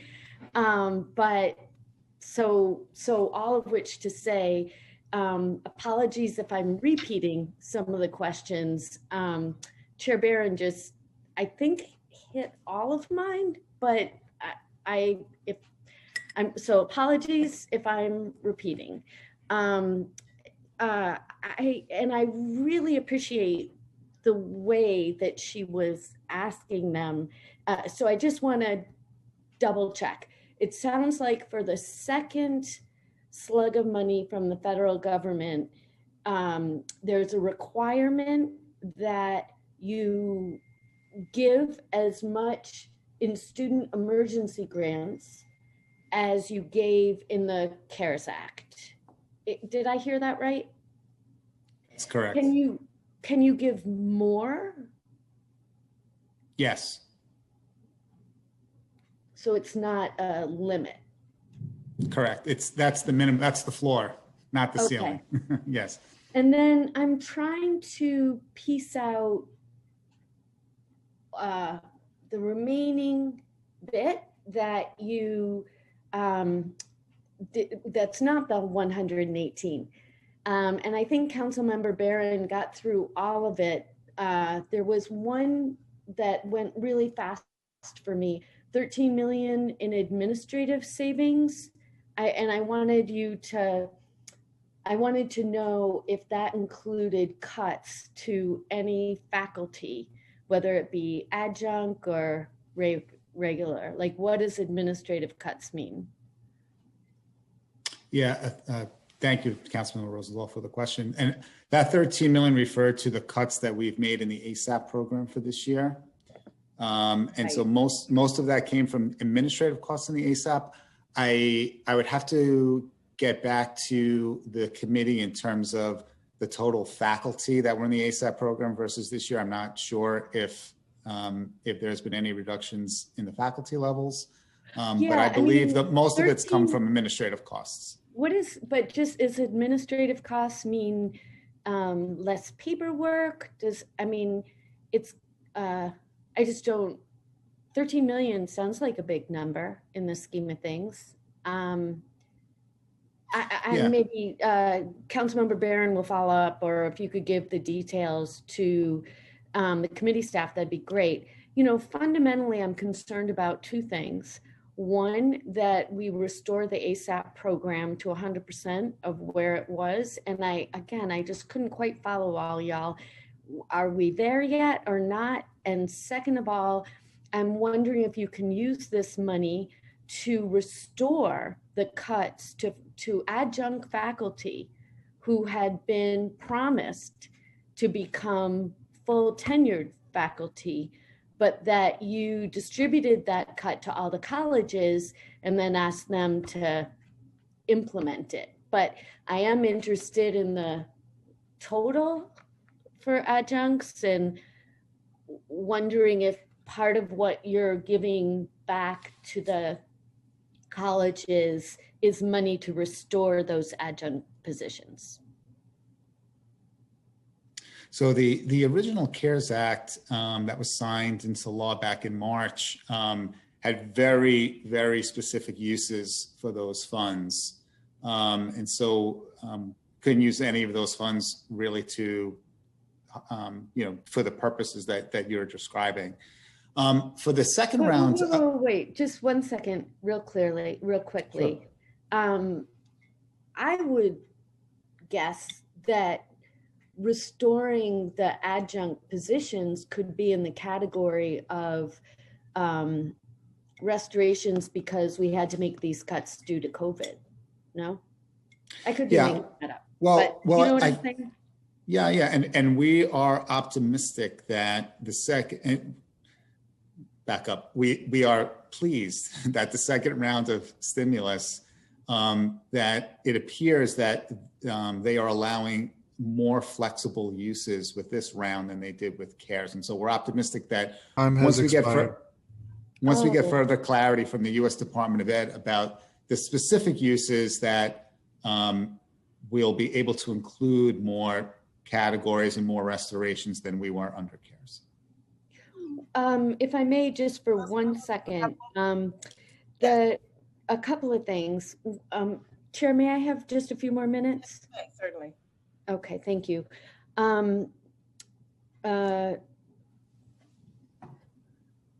So my understanding of the CARES Act is that it requires payroll to stay the same. It requires institutions to do, I think the exact words are, if I have it correct, is to the extent practicable, keep their payroll the same. And while the number of adjuncts that we had did go down from the year before, just want to also point out that the number of full-time employees, we have not let go or done, other than our vacancy review board, in which we do have a hiring freeze, but we haven't laid off full-time people or accessed any full-time people. We have non-reappointed some adjuncts, but we feel that to the extent practicable, we have kept. I appreciate keeping faculty. That's good. Adjuncts also, provide a critical, added value to the colleges and the students. No question. We greatly value our adjuncts, and we were glad that I think it was almost 700 adjuncts that were non-reappointed back in June were brought back. So we were pleased about that. Our enrollment levels overall are down, and that has an impact too on the number of adjuncts that are needed. But we greatly value our adjuncts, and I think that how much we value them was, I think, clear in the last contract that we settled with the faculty union back in October 2019 with the really unprecedented increase that adjuncts received. And listen, when I cut you off, it's only because I'm watching Councilmember Lander, who's eager to jump in here, which is totally cool. And I know Councilmember Barron wants to get back, so I apologize. No, it's fine. I mean, I'm using extra time, and that's why I might cut you off. It's nothing, I really mean no disrespect. I mean, again, I feel like I'm in this word bubble of numbers bubble, just things going around. 2,000 adjuncts were laid off. They weren't laid Oh, off though, Councilwoman. They were just not reappointed. And so I think that's They that's a were not decision. reappointed. And I mean, and again, can we're I stuck. but can I just put in some perspective though? Well, I mean, hang on one second, because I don't want to be lost in the word or numbers bubble. Sure. So I'm gonna, if you want to present it, that they were just not rehired, that's your prerogative. I'm gonna present it as fired. So Okay. just two different ways of thinking about the same coin. But one way or another, 2,000 minus 700 is 1,300 who were not reappointed. Am I wrong? You're not wrong, but I think the other thing, let's put it into some perspective. I mean, I think that in 2019, just to use an example, we didn't reappoint about 1,800, right? So depending on where we are with our budget situation, I mean, those and how many sessions we need and all that, that's how those determinations are made. So and pandemic. I guess my takeaway thought from it is that the more transparency you have, the less we'll be stuck in back and forth dialogues like this. And the questions come from a place of lack of transparency. So, I would urge you to set the verbiage aside and really try to make sure that people understand why the numbers are changing. But I want to get back to students and. But I want to just respond to the transparency part, because I think that, under this chancellor, we're as transparent as we could be under the information that we have, right? Just so you know, sir, yesterday the OMB director said he was doing the best he can. So I get that line, and we're all doing the best we can. Okay. So I'm not throwing shade. Okay. I'm asking us to work differently, work differently. But I do want to hear about ASAP. Where are you at the number of ASAP grants you're giving out? We have about a little over 21,000 students that are in the ASAP program this academic year. This academic year, starting September 2020. And in September 2019, what was the number? It was around the same. Around the same, 21,000. Yes. And so right now, what are you projecting for September 2021? What number is in the budget? We would like to keep the same level, but a challenge that we're having right now for keeping that level is the city's preliminary budget includes an additional $10 million cut for ASAP. So of that $10 million cut for ASAP? Specifically for ASAP, correct. So the governor that 10 specifically saying, I'm going to take 10 million out. In the mayor's preliminary budget. Oh, in the mayor's. Oh, yeah. $10 million reduction. So if that $10 million reduction remains in the city's adopted budget in June, I gotcha. That and could have and I'll fight as hard as I did last year to get it restored. And that was, the budget negotiating team really went to bat for that. And I'm so proud of Speaker Johnson for his leadership on that. And we're all greatly appreciative. Right. But so is there, just given the fiscal crisis, given that you're going to get a second bucket of money, is there any possibility that money, 10 million, could be used for ASAP? Is that in the cards at all? I think it depends on the clarity that we get from the U.S. Department of Ed. They haven't promulgated their FAQs or given us the full guidance that they did under CARES yet. It's coming, and so we're hoping to get that soon. So I think it depends. Under the clarity you got from the first CARES Act, could you have used that money for ASAP? No. But you gave 118 million in student emergency grants. I guess emergency But grants is different That's than, directed to the students. Yeah, I mean, right, the emergency grants under CARES right, I got you. had to go directly into the students' pockets. And ASAP is an academic program. ASAP pays for faculty and space and advisors and textbooks and Metro cards. ASAP covers all those costs. So Hypothetically, you could say if the act says, you know, what were the words? It was like you're keeping people on payroll, then that's how it would be allowed to be Yeah. financed, right? we're hopeful that when we receive the further guidance, that the fact that this bill allowed for more flexibility than the CARES did, that there'll be things that we weren't able to cover in CARES that we'll be able to cover with the second. Okay, stimulus. last question. So, of course, two parts. One is, what's the total amount you're expecting in the second tranche? And what are your top two funding priorities once you get that, where there's latitude? So the total amount in the second stimulus was, for university-wide, was $455 million, of which, as you pointed out earlier, Councilmember Rosenthal, we have to spend at least $118 million in additional student emergency grants. So that leaves $337 million. Okay, because that remaining. entire 435 goes to you, goes to CUNY. It goes to the colleges. There's an Okay, amount just for checking. every single college that's lined out in the federal bill. Checking.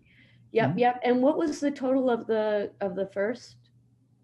The Stimulus? CARES was 236 million, which was 118 in student emergency grants and So it's pretty 118 much for institutions. increasing by 200 million.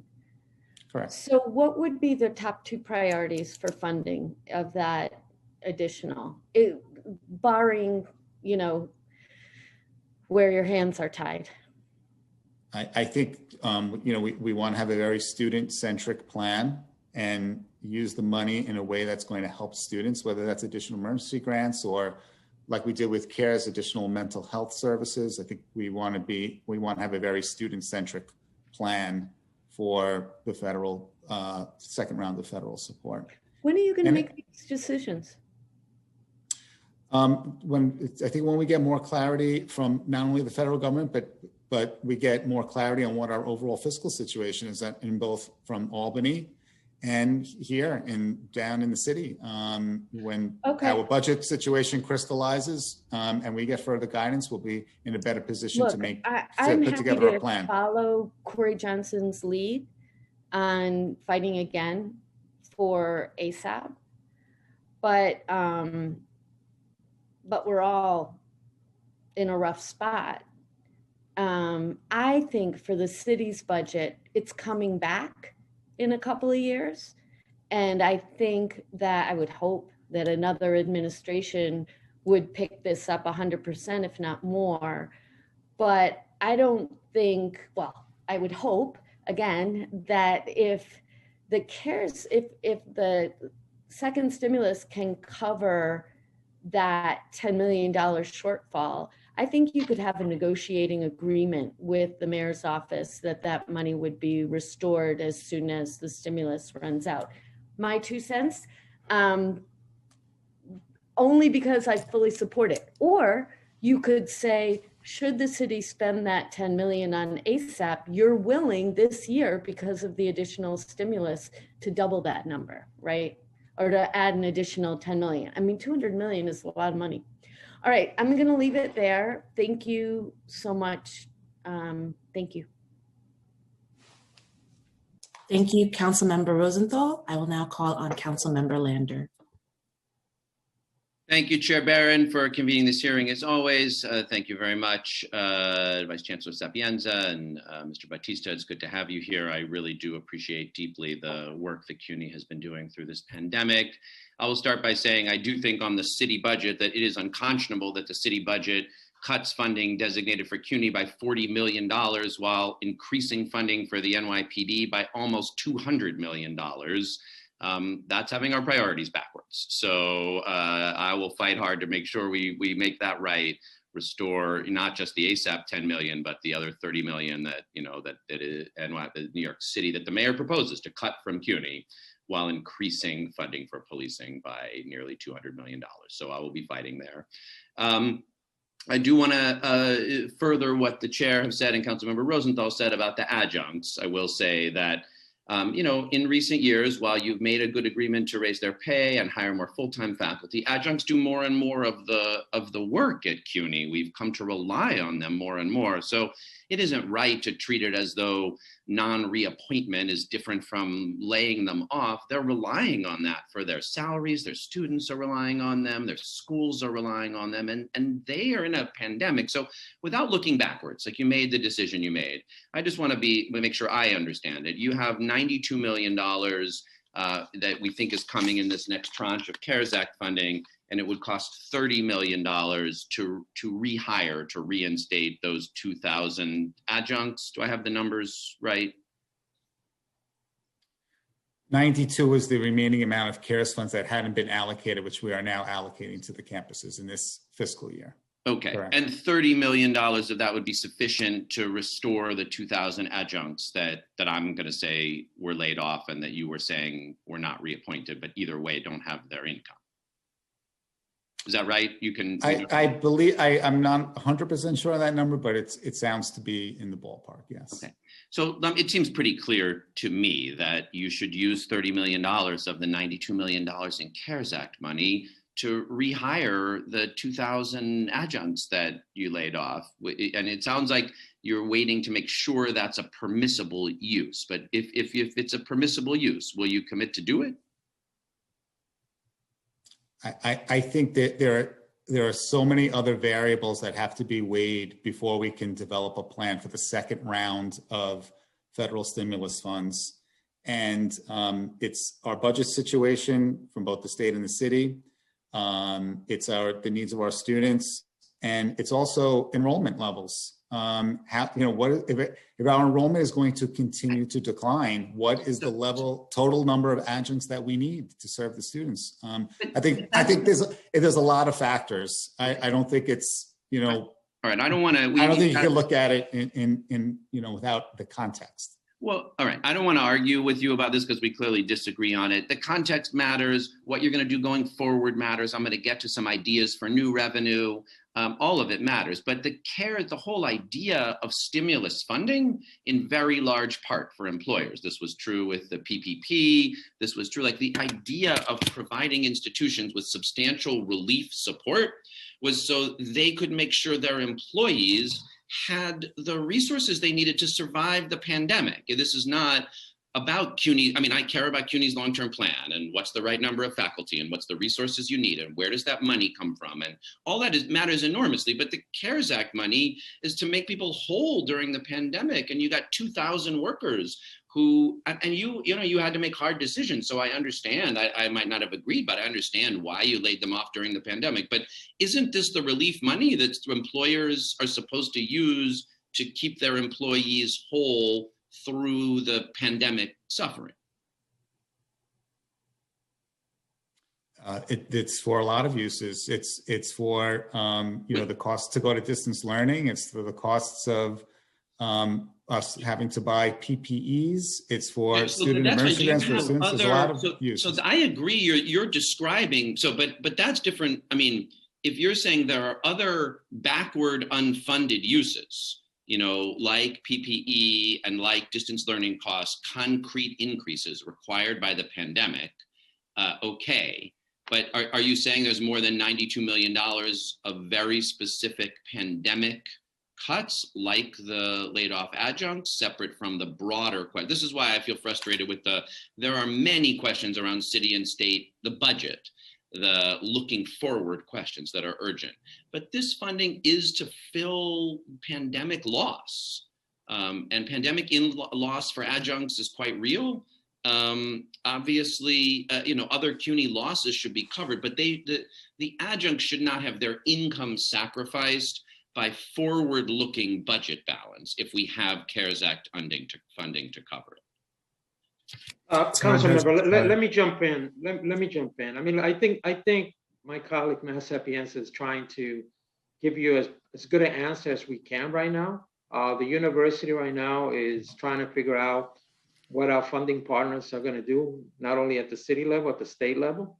As we stated, we have our enrollment is down 14% at the two-year schools. Our enrollment is down across the university.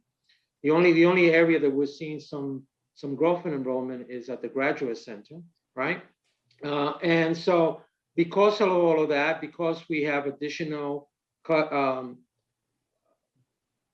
expenses that we, because of the pandemic, we had to take on like $75 million worth of expenses connected to PPE and facilities and sort of all those things, buying laptops for our students to make sure that they could do more learning. And as I stated in my opening testimony, MiFis to allow all these things to factor into the, and right now, we just don't know what our budget, our situations. We have a lot of colleges. Time has expired.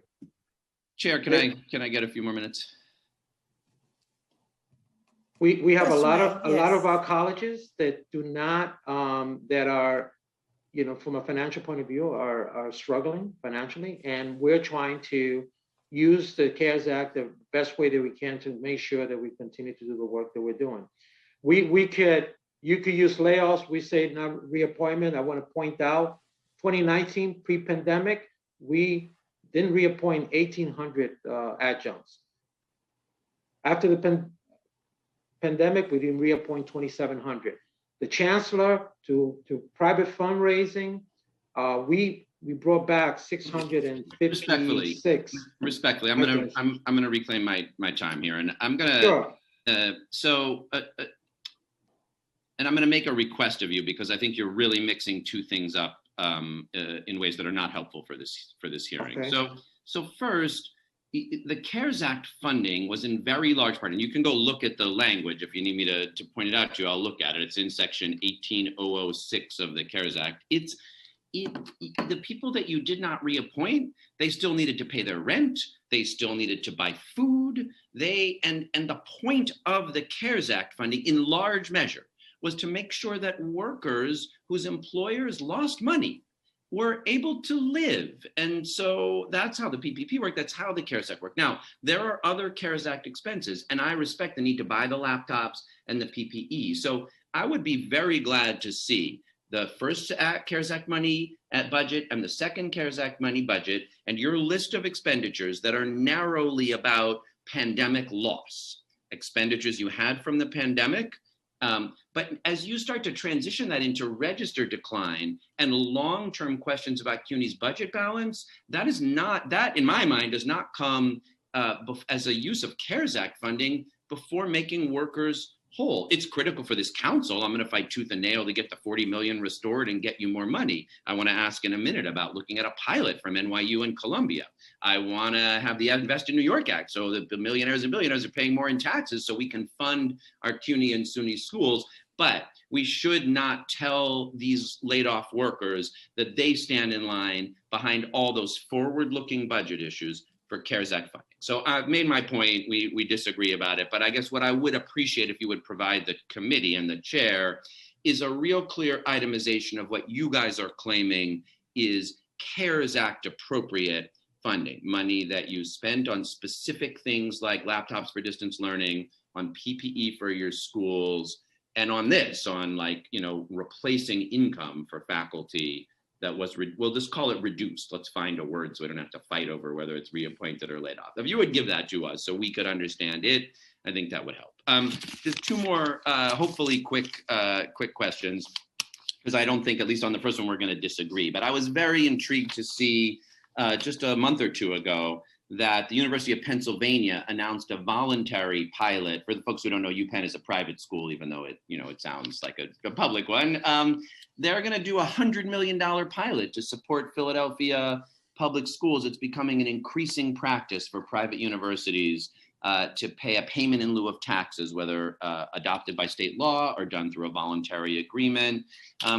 NYU and Columbia don't do anything like that currently with CUNY, and the city loses, foregoes almost $500 million in revenue from property tax loss from higher ed institutions and some other nonprofit institutions. Columbia is the second largest landowner in the city of New York after New York City. At least by my calculations, it has more property than the Catholic Church, which is quite a lot of property. Have you guys explored, either directly with Columbia and NYU or through the state legislature in some, legislative approach, something modeled on what Penn is doing, a pilot approach through which Columbia and NYU would help in supporting CUNY? Yeah, this is the first time I'm hearing about it, so I'd like to, sort of look into it and be able to come back to you and give you sort of a more thorough response. Okay, that's great. I would like to work on it. And if you could send me what you have, that would be really great. I'm going to send you what I have, and just for purposes of the record, I'm going to put a few stats out here, so they'll be on this public record, and then I'd like to follow up with you separately, because it's really quite remarkable. I was looking just at the Social Mobility Index ranking. 6 of the top 10 slots on the Social Mobility Index ranking are CUNY schools. That's incredible. I mean, when we say CUNY is a vehicle of upward social mobility, that was amazing. Either of you want to venture to guess where NYU and Columbia are on the list? Columbia is 1,303rd, and NYU, is 1,303rd, and Columbia is behind them at 1,363rd. And I don't mean to disparage them. They are marvelous institutions, but you have 6 of the top 10 for upward social mobility, and it just plays out time and time again. Your tuition is, we want it to be 0, but it's $7,000 in state. Theirs is $50,000 or $60,000. Your average family income is $40,000. Theirs is $140,000 or $150,000. They have endowments of $4 and $10 billion respectively. Do you have any endowment at all? We do, but not anywhere close to that number. Not anywhere close to that. And Chair, I know this is an issue close to your heart, but if you look at the percentage of students that are Black and Latino at CUNY, it's in the 20 to 40% of each Black and Latino students. At NYU and Columbia, they're 5 and 6% Black and 8 and 11% Latino. So the idea that our city is foregoing hundreds of millions of dollars in tax revenue for NYU and Columbia when we're cutting CUNY by $40 million, it just makes no sense. So I look forward to exploring the details with you. There are places where this is done through state legislation. There's places where it's done through voluntary agreement. This is a time we should do it. So thank you for your willingness to explore it with us. We got to work out the CARES Act funding, but then we need to achieve some long-term revenue to support CUNY in this amazing work that you do. And we want to find, city funding to do it, state funding to do it, and new sources to support it. My last question: the chair convened a hearing just two or three weeks ago with Hunter College on the question of Hunter College high school admissions. And at that time, the representative of Hunter College, I asked, we'll be having our budget hearing in just a couple of weeks. And as we're, a chunk of the budget money that the city provides to CUNY goes for the Hunter College high school. And so as we are looking at providing that money this year, we want to understand what is the admissions process for next year's admissions, knowing that other selective schools around the country have canceled their tests and are adopting approaches more achieving of the diversity of our city. So are you prepared with the answer for what the Hunter College high school admissions plan for next fall is? Not at this time, council member, but we obviously thank you for your always continued support of CUNY, and as you stated, we're very proud of the upward mobility, but we will be able to come back to this council and be able to answer that question. Right now, the chancellor is, the president of Hunter Schools is obviously working on that, and we will be able to come back to you with with an answer to that question. All right, I'm Continue thanking you for your support and look forward to hearing from you on this pilot. on the pilot. I look forward to following up. I do need to express disappointment on that answer on Hunter because, and it wasn't you who were here, it was the Hunter College admissions representative, but she promised that there'd be an answer by the time of the preliminary budget hearing, and this is the preliminary budget hearing. And you know, those students and families, obviously everyone just needs to know what the admissions process is for the fall. But you know, schools, you know, Boston Latin, many of the selective high schools around the country have suspended their test. For all the great work you're doing with 6 of the top 10 upward social mobility and how diverse CUNY is, if you look at those numbers at Hunter College High School, you will not be pleased with them. So it should be in the interest of CUNY's administration, as it is the chair who's been a champion on this and the students, to get that fixed. So, you know, I don't want to be in a place when the funding, you know, when the budget comes around and we're talking about terms and conditions, to be having to push on, you know, making a term and condition of CUNY's funding, you know, real steps forward on diversity and admissions. But, you know, that's, you know, we're going to have to do that this year if we don't get a lot further forward than we are pretty quickly. Thank you, Councilman. Thank you, Chair. Thank you. I just want to echo what my colleague has said in all of his presentation. As saved, he and Councilmember Rosenthal have addressed many of the questions that I had about PSC, but particularly about Hunter College High School. They get $19.8 million.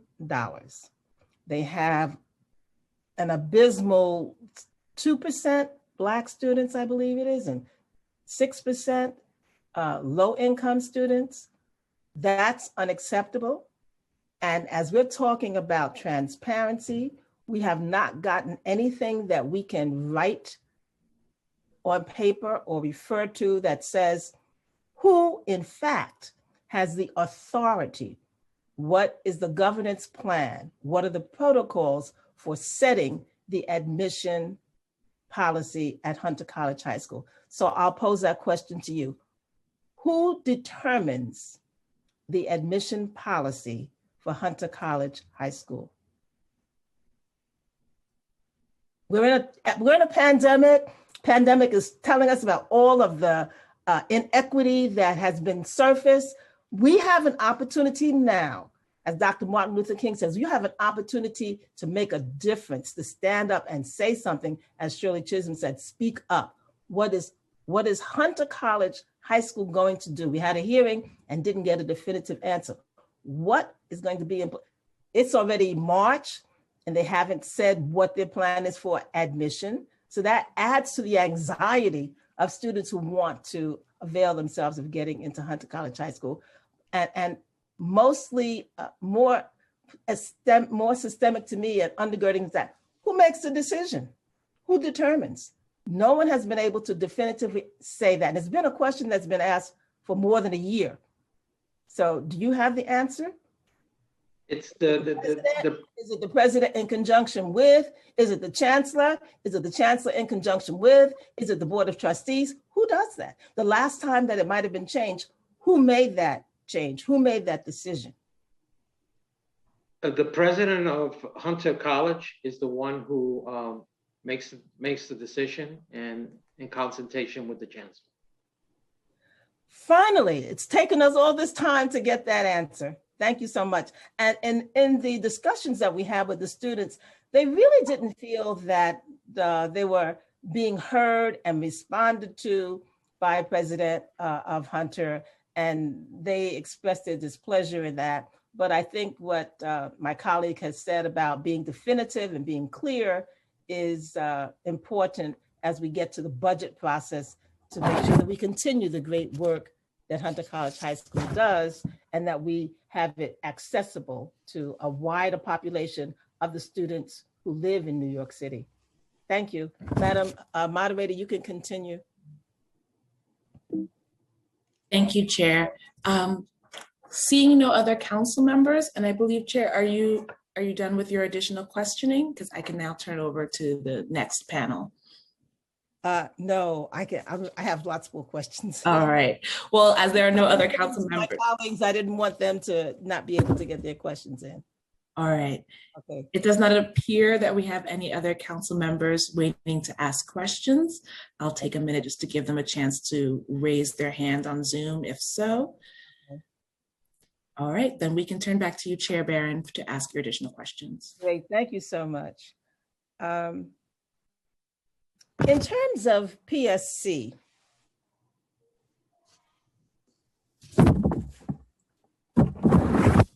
CUNY had recently decided to withhold 2% pay increase to members of the Professional Staff Congress that was due in November 2020. And then the chancellor stated that this was merely a delay, but CUNY has not presented its plan to implement this raise. And this delay impacts over 28,000 members of PSC and a total contract value of $44 million annually. Similarly, CUNY is delaying equity pay increases of $1,000, impacting 1,295 PSC members, scheduled to have been implemented on February 11th, 2021. My question is, what is the status of these contract issues with PSC? We heard recently that this may have been resolved, but we want to have it on the record so that we will know what is the status. Sure. On the equity piece, I believe that an agreement has been reached with both the PSC on those payments with the chancellor, and we're in the process of moving forward with that. On the PSC, as we it continues to be delayed until we our budget picture is, we have a better sense of our budget situation. Once we sort of hear from our funding partners at the state and the city, then we'll be able to really be able to address that. As my colleague Matt Sapienza stated, the chancellor was extremely proud of working with the PSC on this contract. It is something that we spend a lot of time with the PSC negotiating, and we're very proud to be able to give our very important faculty members that this contract. This pandemic has caused all kinds of challenges to the university, which we've talked about at length at this hearing. But we will continue to make sure that we honor that contract once we are able to have complete clarity on our budget situation. Thank you. I have about perhaps another 30 minutes worth of questions. So do you want to take a break for 5 minutes and come back? Or do you want to continue? We're good. Okay, great. Then we'll continue. We'll continue. I just wanted to make sure that you were good. Well, thank you so much, Councilwoman. Is CUNY considering a tuition increase in the fall? Right now, we have right now, as you know, we didn't make a tuition increase this year. Right. And right now we are not. We haven't made those determinations on the fall. Thank you. As we look at our budget situation, we'll know better. Okay. I'm sure, are aware that there's legislation, Senate Bill 4461, a new deal for CUNY. And this is a proposal that would waive all tuition and establish certain staff to student ratio to improve success of students. And there's no time restriction on students to complete their degree. There would be a gradual escalation of mental health and other counselors to align with national standards are, because the national standards are much higher than what CUNY is presently implementing. And there would also be increased investments for critical updates to CUNY facilities, going as high as 6.5 per thousand students, I believe, in the year 2026. And they would increase the ratio for students, for faculty to students, over also a 5-year period. What's CUNY's position on this plan? We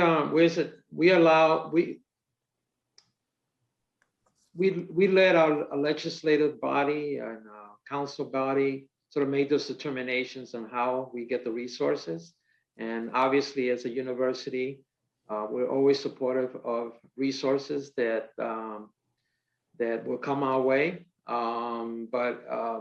We allow you folks that sort of are empowered to make those decisions, to make those decisions and advocate for those decisions. As a university, we are always open to receiving more resources. Good answer, good answer. CUNY has a total proposed budget of $1.17 billion or approximately $1.2 billion for fiscal 2022, all of which is still organized in 3 broad categories or paired units of appropriation. But 94% of all of that money falls into one of 3 pairs supporting the community colleges. The council has brought this to CUNY's attention several times over the years already. How is the conversation with the Office of Management and Budget about restructuring funding for the community colleges into more units of appropriation going? When Director Chia was here yesterday, he was quite open, that's what he said on the record, to establishing more units of appropriation. And again, what we're trying to get at is greater transparency and an easier ability to track how this money is being distributed and where it's going. So, Chair Barron, we have had discussions with the Office of Management and Budget about this issue. And I think we're really at the place now of getting together with both CUNY, the Office of Management and Budget, and Council Finance staff so that we can make determinations together as a group between those 3 entities about what's the best way to address the issues that you've raised and make sure that everyone feels that the structure is transparent. You know, this is the city's budget structure. Is something we can't do on our own. As you pointed out, we need, our partners to do that. So I'm happy to take the lead in scheduling that meeting with council, finance staff, and my team and the Office of Management and the appropriate people at the Office of Management and Budget, so that we can begin to work collaboratively on taking a deeper look at this. That's great because it will help us. It will enhance our ability to see what's happening. And my proposal would be that we could look to see what each community college has, so that there would be clear lines defining where the appropriations are going for each of the 7 community colleges. So we can start those meetings next week, and by the time the budget is done in June, we'll be able to satisfy what everybody acknowledges is an important move. Of the $1.1 billion for community colleges, $376.3 million, or 34%, is not directly assigned to an individual college. It's categorized into central administration and a variety of miscellaneous buckets. If there were more units of appropriation or a pair for each of the 7 community colleges, then adequate transparency for clear oversight by either the council or the general public would occur. So how is this $376.3 million in funding used over the course of a year? So a lot of it, there are expenses that the university incurs and administers centrally on behalf of the campuses. So the biggest components are things like fringe benefit costs and energy costs. The colleges aren't going out and cutting checks for the health insurance for their employees or for the heat, light, and power of their campuses. The university does that centrally, and it's a good shared service for the university to do it that way and create efficiencies rather than the campuses do it. So the majority are that. As you mentioned earlier in the hearing, Chair Barron, about our intra-city program, you had referenced this early in your remarks. The other big component is we do a lot of intra-city business because we are a university, and a lot of other agencies reach out to us for help. And so we usually do around $100 million worth of intra-city revenue.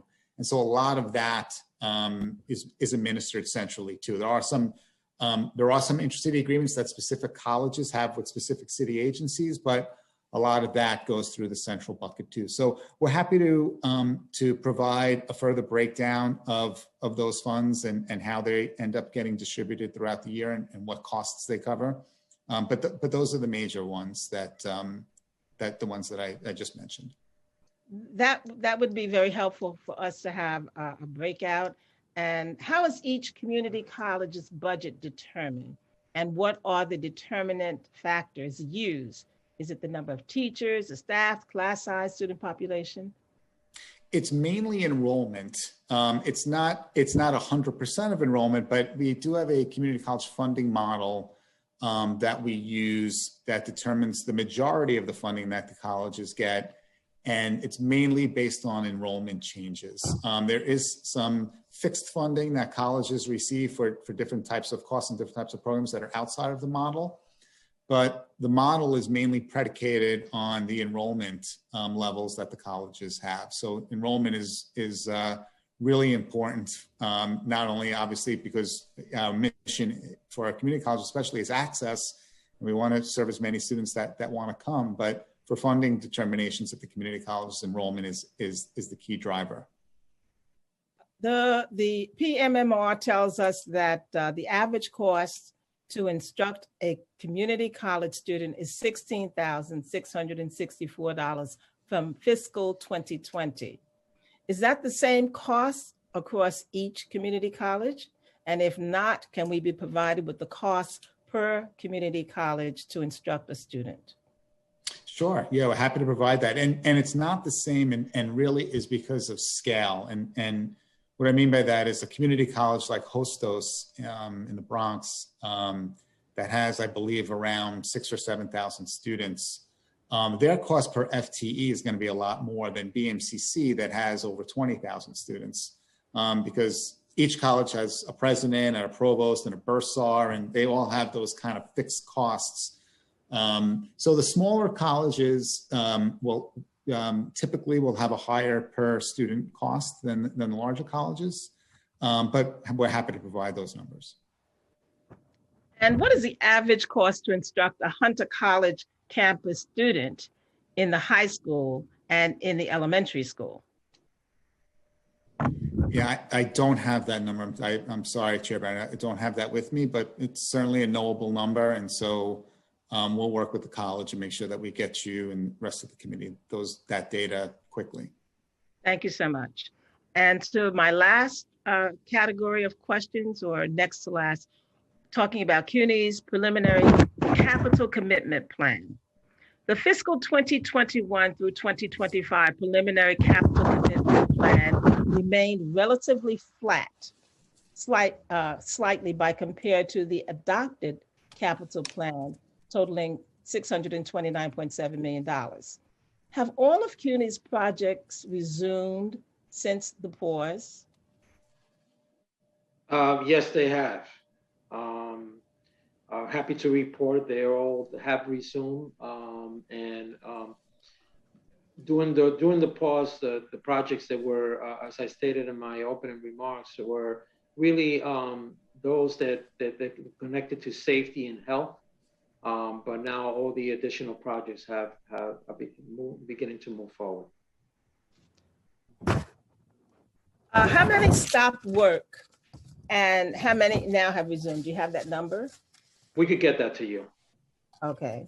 And of the total 135 projects included in the fiscal 2021 through 2025 capital commitment plan, how many of them are we looking at? How many of them included? You have 136 total projects? Right. And they're at various stages in the capital plan, from 2021? Yeah, it depends on, the projects are broken up in a couple of different categories. If they're being funded by an individual council member or borough president, as you know, we're not allowed to move project alongs until we have sort of the full Right. funding. And then we have to get the state matching fund in order to be allowed to move forward, right? So that's on those kind of projects. On projects that are being funded by the state, those projects are, obviously moving forward through our,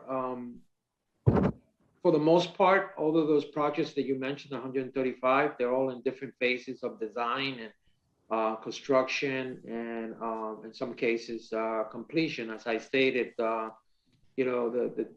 City College Daycare Center, the Community in the Heights, a couple of other projects are sort of they're in different phases of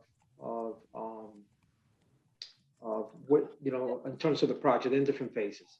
Of the 135 projects, how many of them are new that are included in this plan for 21 through 25? I have to get you that information unless, Gwen, do you have that one?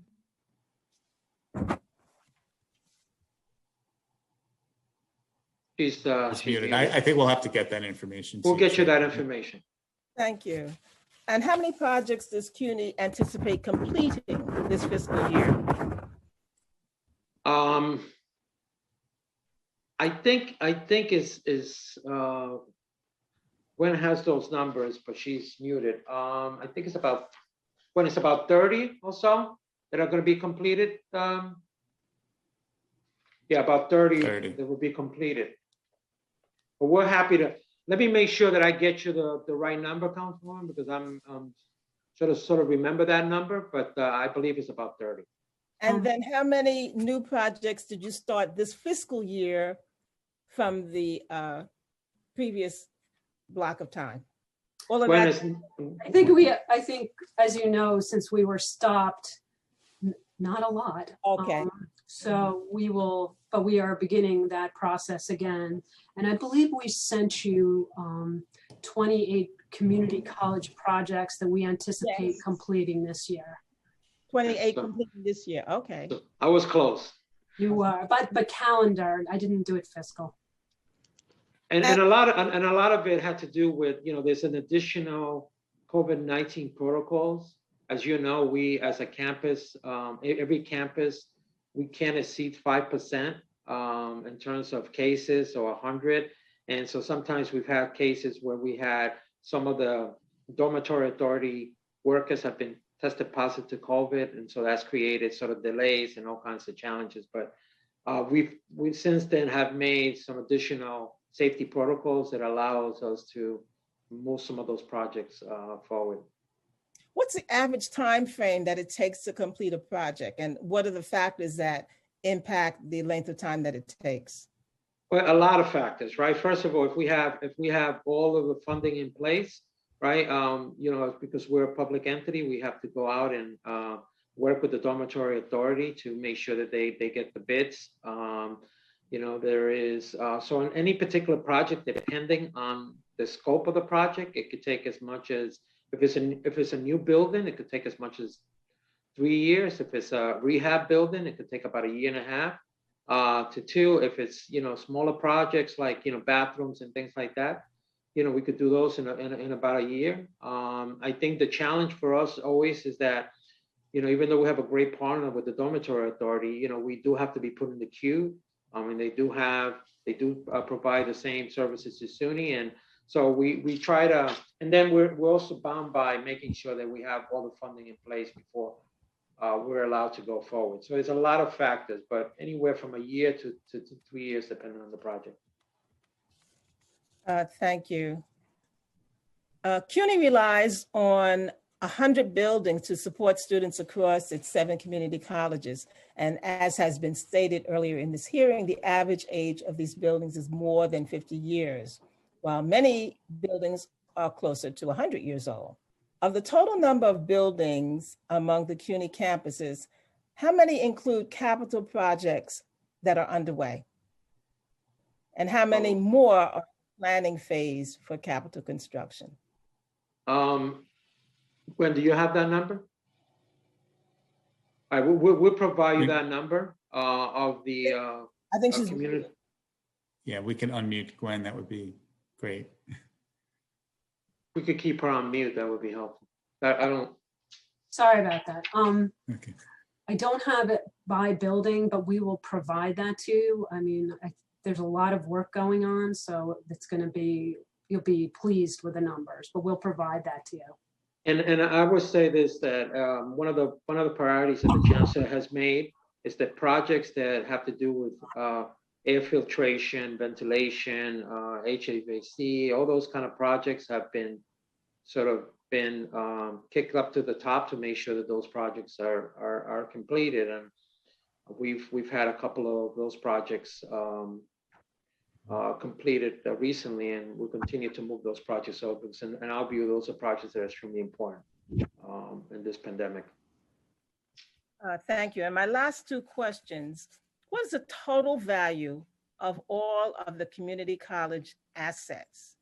And has this value changed since the pandemic? We're doing an analysis now to see, right? So I can't give you that number. And I won't speculate to try to give you that number. As I stated earlier, we're looking at all our real estate to determine, best use. That number one, first, service our mission.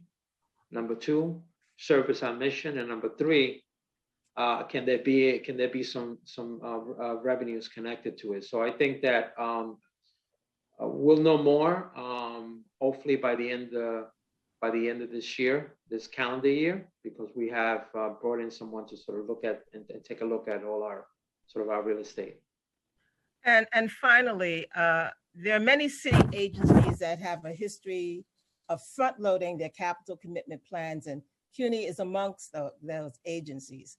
In addition to creating gross disparities between the amount of funding allocated in a given year and the amount that CUNY can realistically commit, this practice eliminates any ability for the council to get an adequate sense of how long individual projects will actually take to complete. So although CUNY's commitment rate has markedly improved before COVID, are there additional steps being taken to continue to prepare realistically and spend down as planned and budgeted? Yeah, thank you for that question. One of the things that's going to help that is I don't want to be an acting vice chancellor for facilities. I like to be COO. So we're in the process, the chancellor's in the process of finalizing hiring a vice chancellor for facilities. So that will go a long way to make sure that I have a dedicated person managing the 80+ staff that are at CUNY. One of the other things that the chancellor has made it very clear to me as the COO that we need to become more efficient. And frankly, Councilwoman, even though we have improved from 20-something% and 30% to 40-something% in terms of completion, that's unacceptable, right? We need to do better, right? So one of the things that the chancellor has charged us with is making sure that our completion rate increases, because I think your point is well taken. It is you as council members have allocated very important resources to us, and it's up to us to make sure that we not only account for those resources, but make sure that we use those resources appropriately and complete those projects in an appropriate time. So I am committed to making sure that going forward, and I'm hope next year when we're in front of you, we'll be able to give you a much better number, or you'll be able to report that the numbers are much better. But I think that one of the charges of the new vice chancellor facilities is to improve that. And so we're going to be looking at how we're structured and try to see what additional staffing we might need to control some of our own destiny and make sure that we can move some projects along. Thank you so much. And I am term limited, so I won't be here, but I'm sure that whoever comes behind and has this position will expect that you'll be able to have that continuity and be able to share that information with the council body. I want to thank you. And I just want to say, Dr. Martin Luther King said that our lives begin to end the day we become silent about things that matter.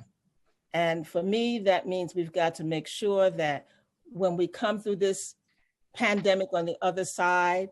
And when we look at what we have newly created to bring true justice and equity to all of our persons and citizens and residents who are living here, that we want to be able to say that CUNY played a significant role in that. We want to be able to say, yes, Black and Brown and Latinx people have in fact been able to move through the ranks and are serving significantly in those positions of upper management, and that the students who have come through have not been unduly burdened with finances, because we know that the governor's Excelsior program is last dollar in, and it doesn't benefit. I don't think any of community college students got any grant through the Excelsior program. So we want to make sure that when we come through this and we look at what we have put in place as new programs, that we can be proud of what we've done, and we can say, look what we've started, look what we're doing,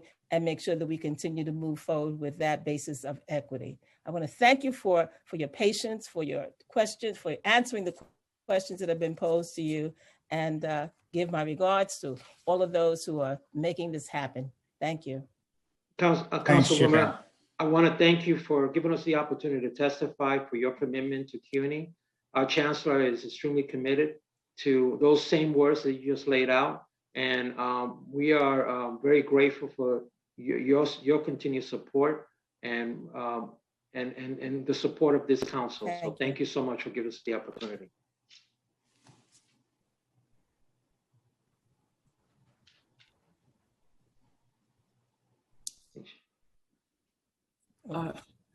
I'm frozen. It looks like. All right. Thank you, Chair Barron. It looks like you're frozen. Hopefully that's just not me on my end. I've been having some technical difficulties as well, but we have concluded our testimony from the administration. So we would like to turn to the rest of public testimony now. I'd like to remind everyone that I will call up individuals in panels. Once your name is called, a member of our staff will unmute you, and you may begin your testimony once the Sergeant at Arms sets the clock and gives you the cue. All testimony will be limited to 3 minutes. Remember that there is a few second delay that when you are unmuted before we can hear you. Please wait for the Sergeant at Arms to announce that you may begin before starting your testimony. And the first panel of public testimony in order of speaking will be Barbara Bowen and Andrea Vasquez. I will now call on Barbara Bowen to testify. Your time will begin now. Great, thank you so much. Thank you, Chairperson Barron. Thank you, members of the council, for your wonderful questions and incisive comments today, and for your advocacy in this incredibly difficult year.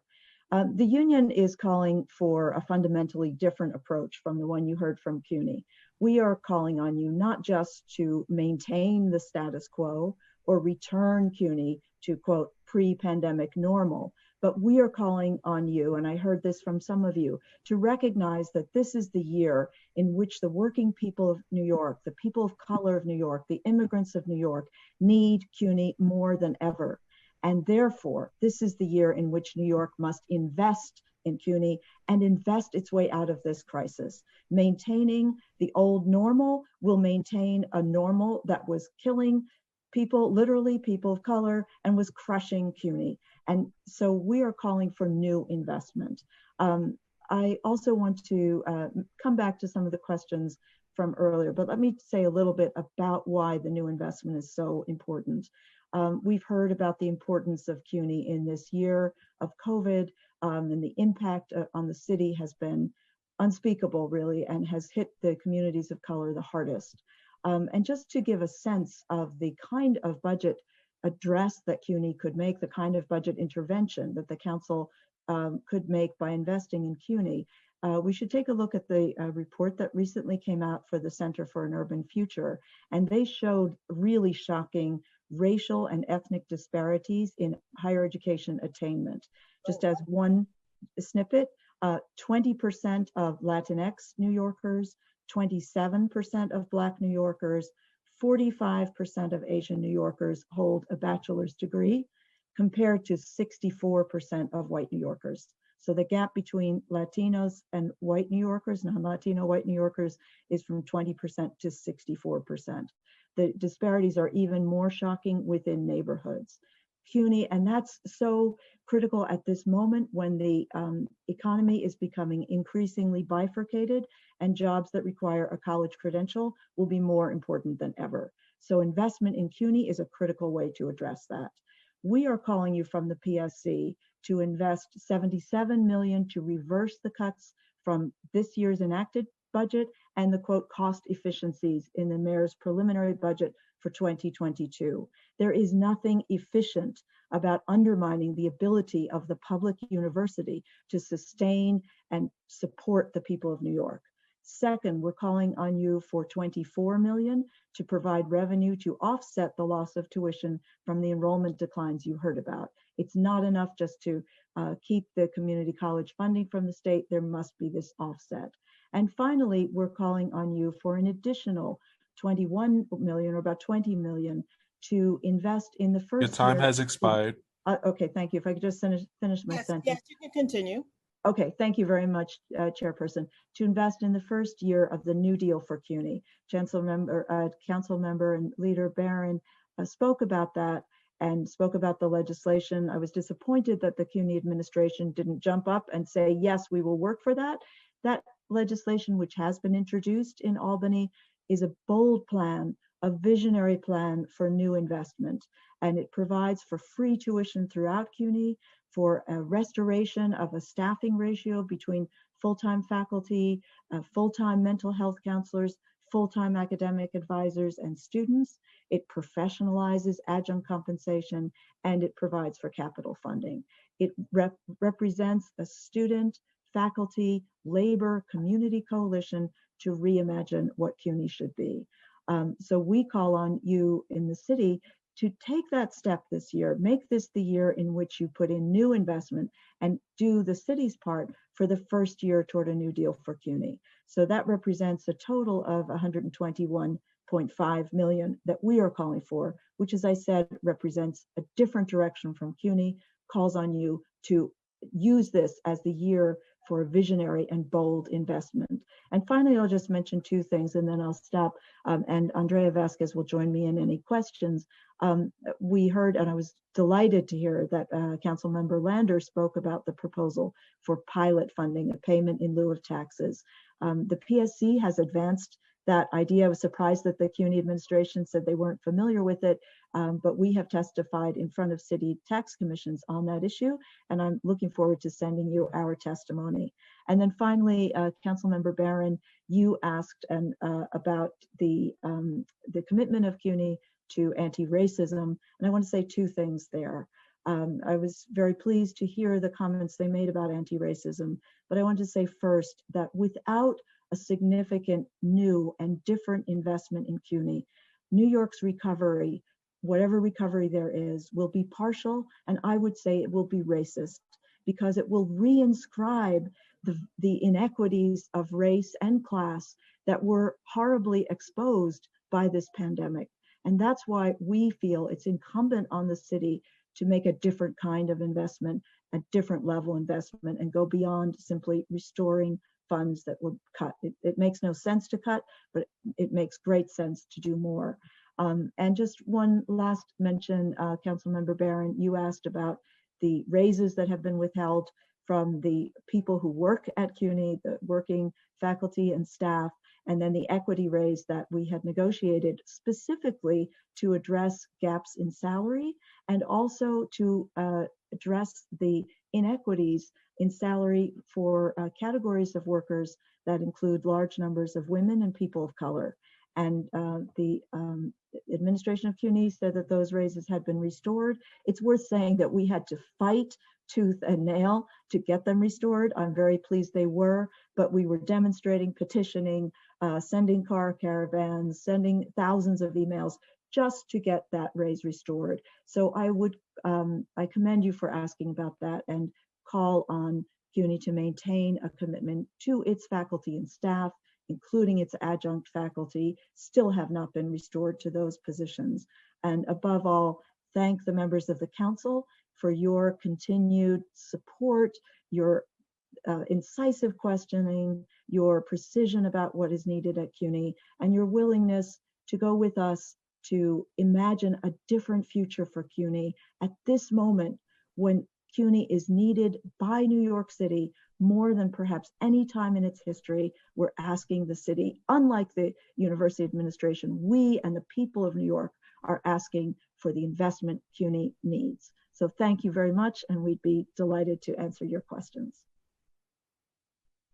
Thank you so much. Excuse me for not being on video, but my connection was unstable, and I was told that if you go off video, that helps to stabilize it, but I heard everything that you said. Thank you so much. That makes so much sense. If we know what the conditions were prior to the pandemic, and we know that those conditions were inequitable and oppressive, if you just bring back the same levels of what was existing before the pandemic, you're going to have the same situation. If you want to have change, you've got to make an investment in that and make sure that that money and the programs and the foresight and the planning and all of those partners that you mentioned, that they're all involved in that to in fact make a difference. You can't make the difference without the financial capital investment in that, and that's so very clear. And the way that you presented it just highlighted it. You know, we have to have more money. We can't just restore. We've got to have more money to move forward. And in terms of the comments that you made about the pilot, I was also surprised that they said that they weren't familiar with it. Not that I knew that you had had testimony before that, before the council on that issue, but simply being on the edge of what's going on in higher education, it's perhaps should have come across your radar at some point, even if you weren't at that point actively pursuing that. And in terms of the adjuncts, I think that my colleague, Councilmember Lander, was very clear. Wait, you still got $93 million, and to bring back those whose jobs were not given can be a part of that, because in fact, the protection, the PPE talks about keeping employees working, keeping them in that mainframe and keeping them in that environment. So we didn't get a definitive answer on that. And the nebulous answer to supporting the New Deal for CUNY, since he didn't say no, and since he thinks all measures are great, then he supports the plan. And that's how I'm presenting that and projecting that. You didn't say you objected. You didn't say it was bad. You said that's a legislative matter. So we're glad that you're supporting our efforts in that regard. But I want to thank you and commend all of the members for the great work that they do. And we're going to continue to make sure that all of these issues are addressed, responded, and that we move forward. And again, thank you for the work that you do and the sacrifices that you make. Thank you, Council Member. And if I think Andrea wants to say, I just wanted to say one quick thing about the adjuncts. And I was so pleased that Council Member Rosenthal and Council Member Lander raised that, and that you just said that too. But sorry, when you said at the end that you were term limited, we knew that, and that future hearings, it won't be you. But I also want the chance to say how fabulous your leadership and questioning has been. We are all grateful. Appreciate. Absolutely. And just to add on the adjuncts, the language in the, I think the point that was made was very clear. The idea of those stimulus bills, the primary idea was that one way the economy survives and people survive is that businesses, nonprofits, schools, higher education institutions should keep people on payroll. And that language is the same language in the CARES Act and in the second stimulus that provides $455 million to CUNY. So, and the adjuncts, there were initially 2,900 adjuncts laid off by CUNY. Almost 1,000 were restored through the efforts of those adjuncts themselves, the union, the department chairs who fought for them. I think there were 100 and some, 30 some through the Mellon funding. Again, we made that an issue, and I'm very pleased that the Chancellor did reinstate those 130. But there's still nearly 2,000 who have lost their CUNY income. And that should be a priority in the spending and to hold on to the CARES Act funding.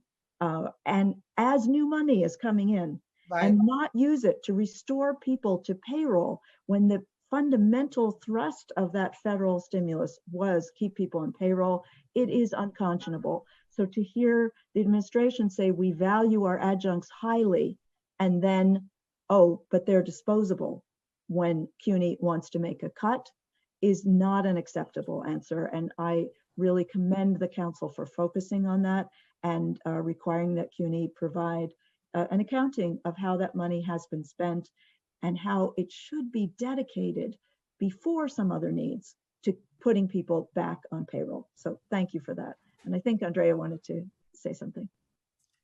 Yes, thank you. Thank you for your testimony. I'll now call on Andrea Vasquez. Thank you.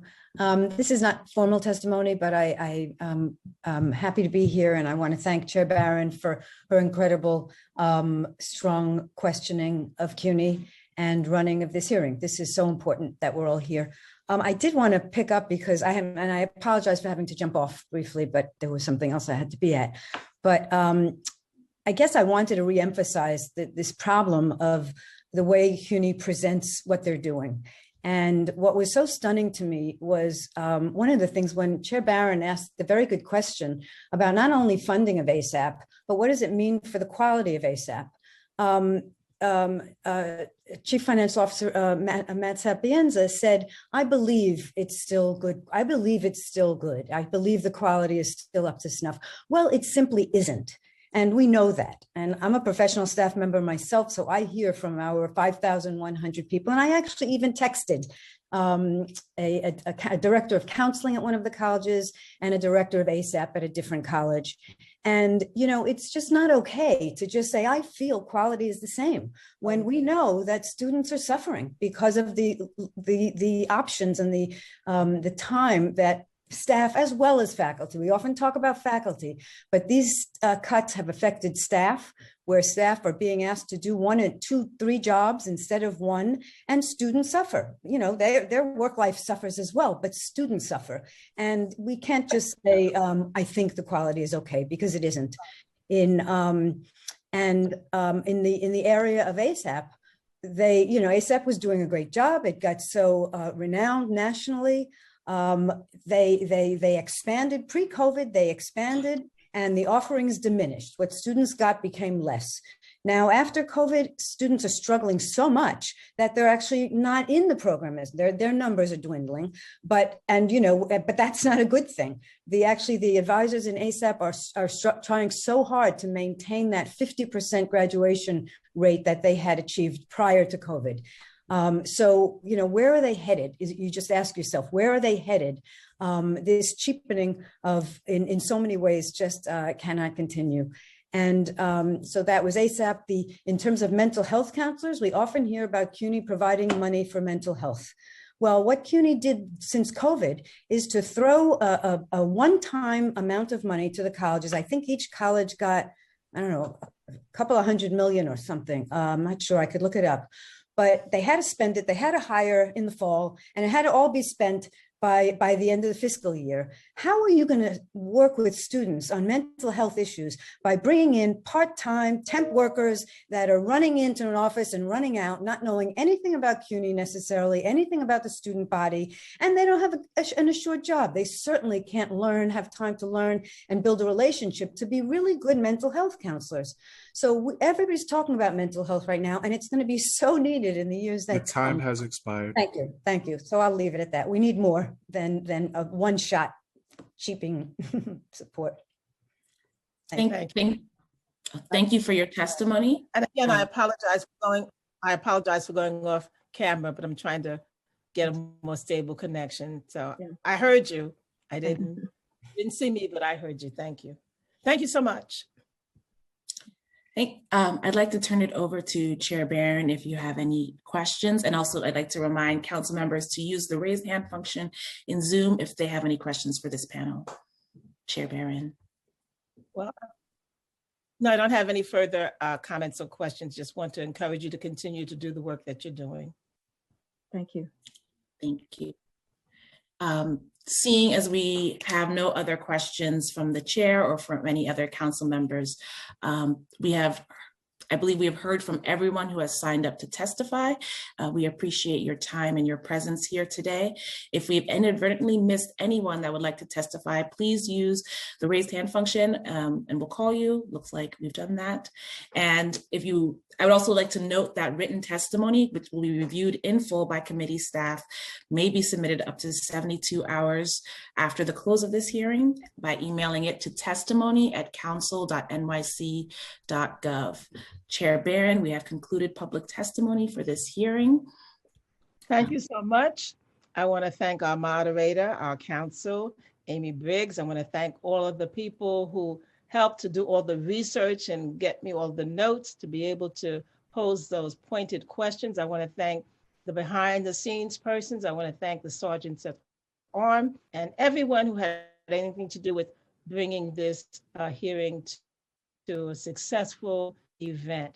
And with that, we are concluded and this hearing is adjourned, and I'm going to use my shaker knowing that my mute is on this time. Thank you so much.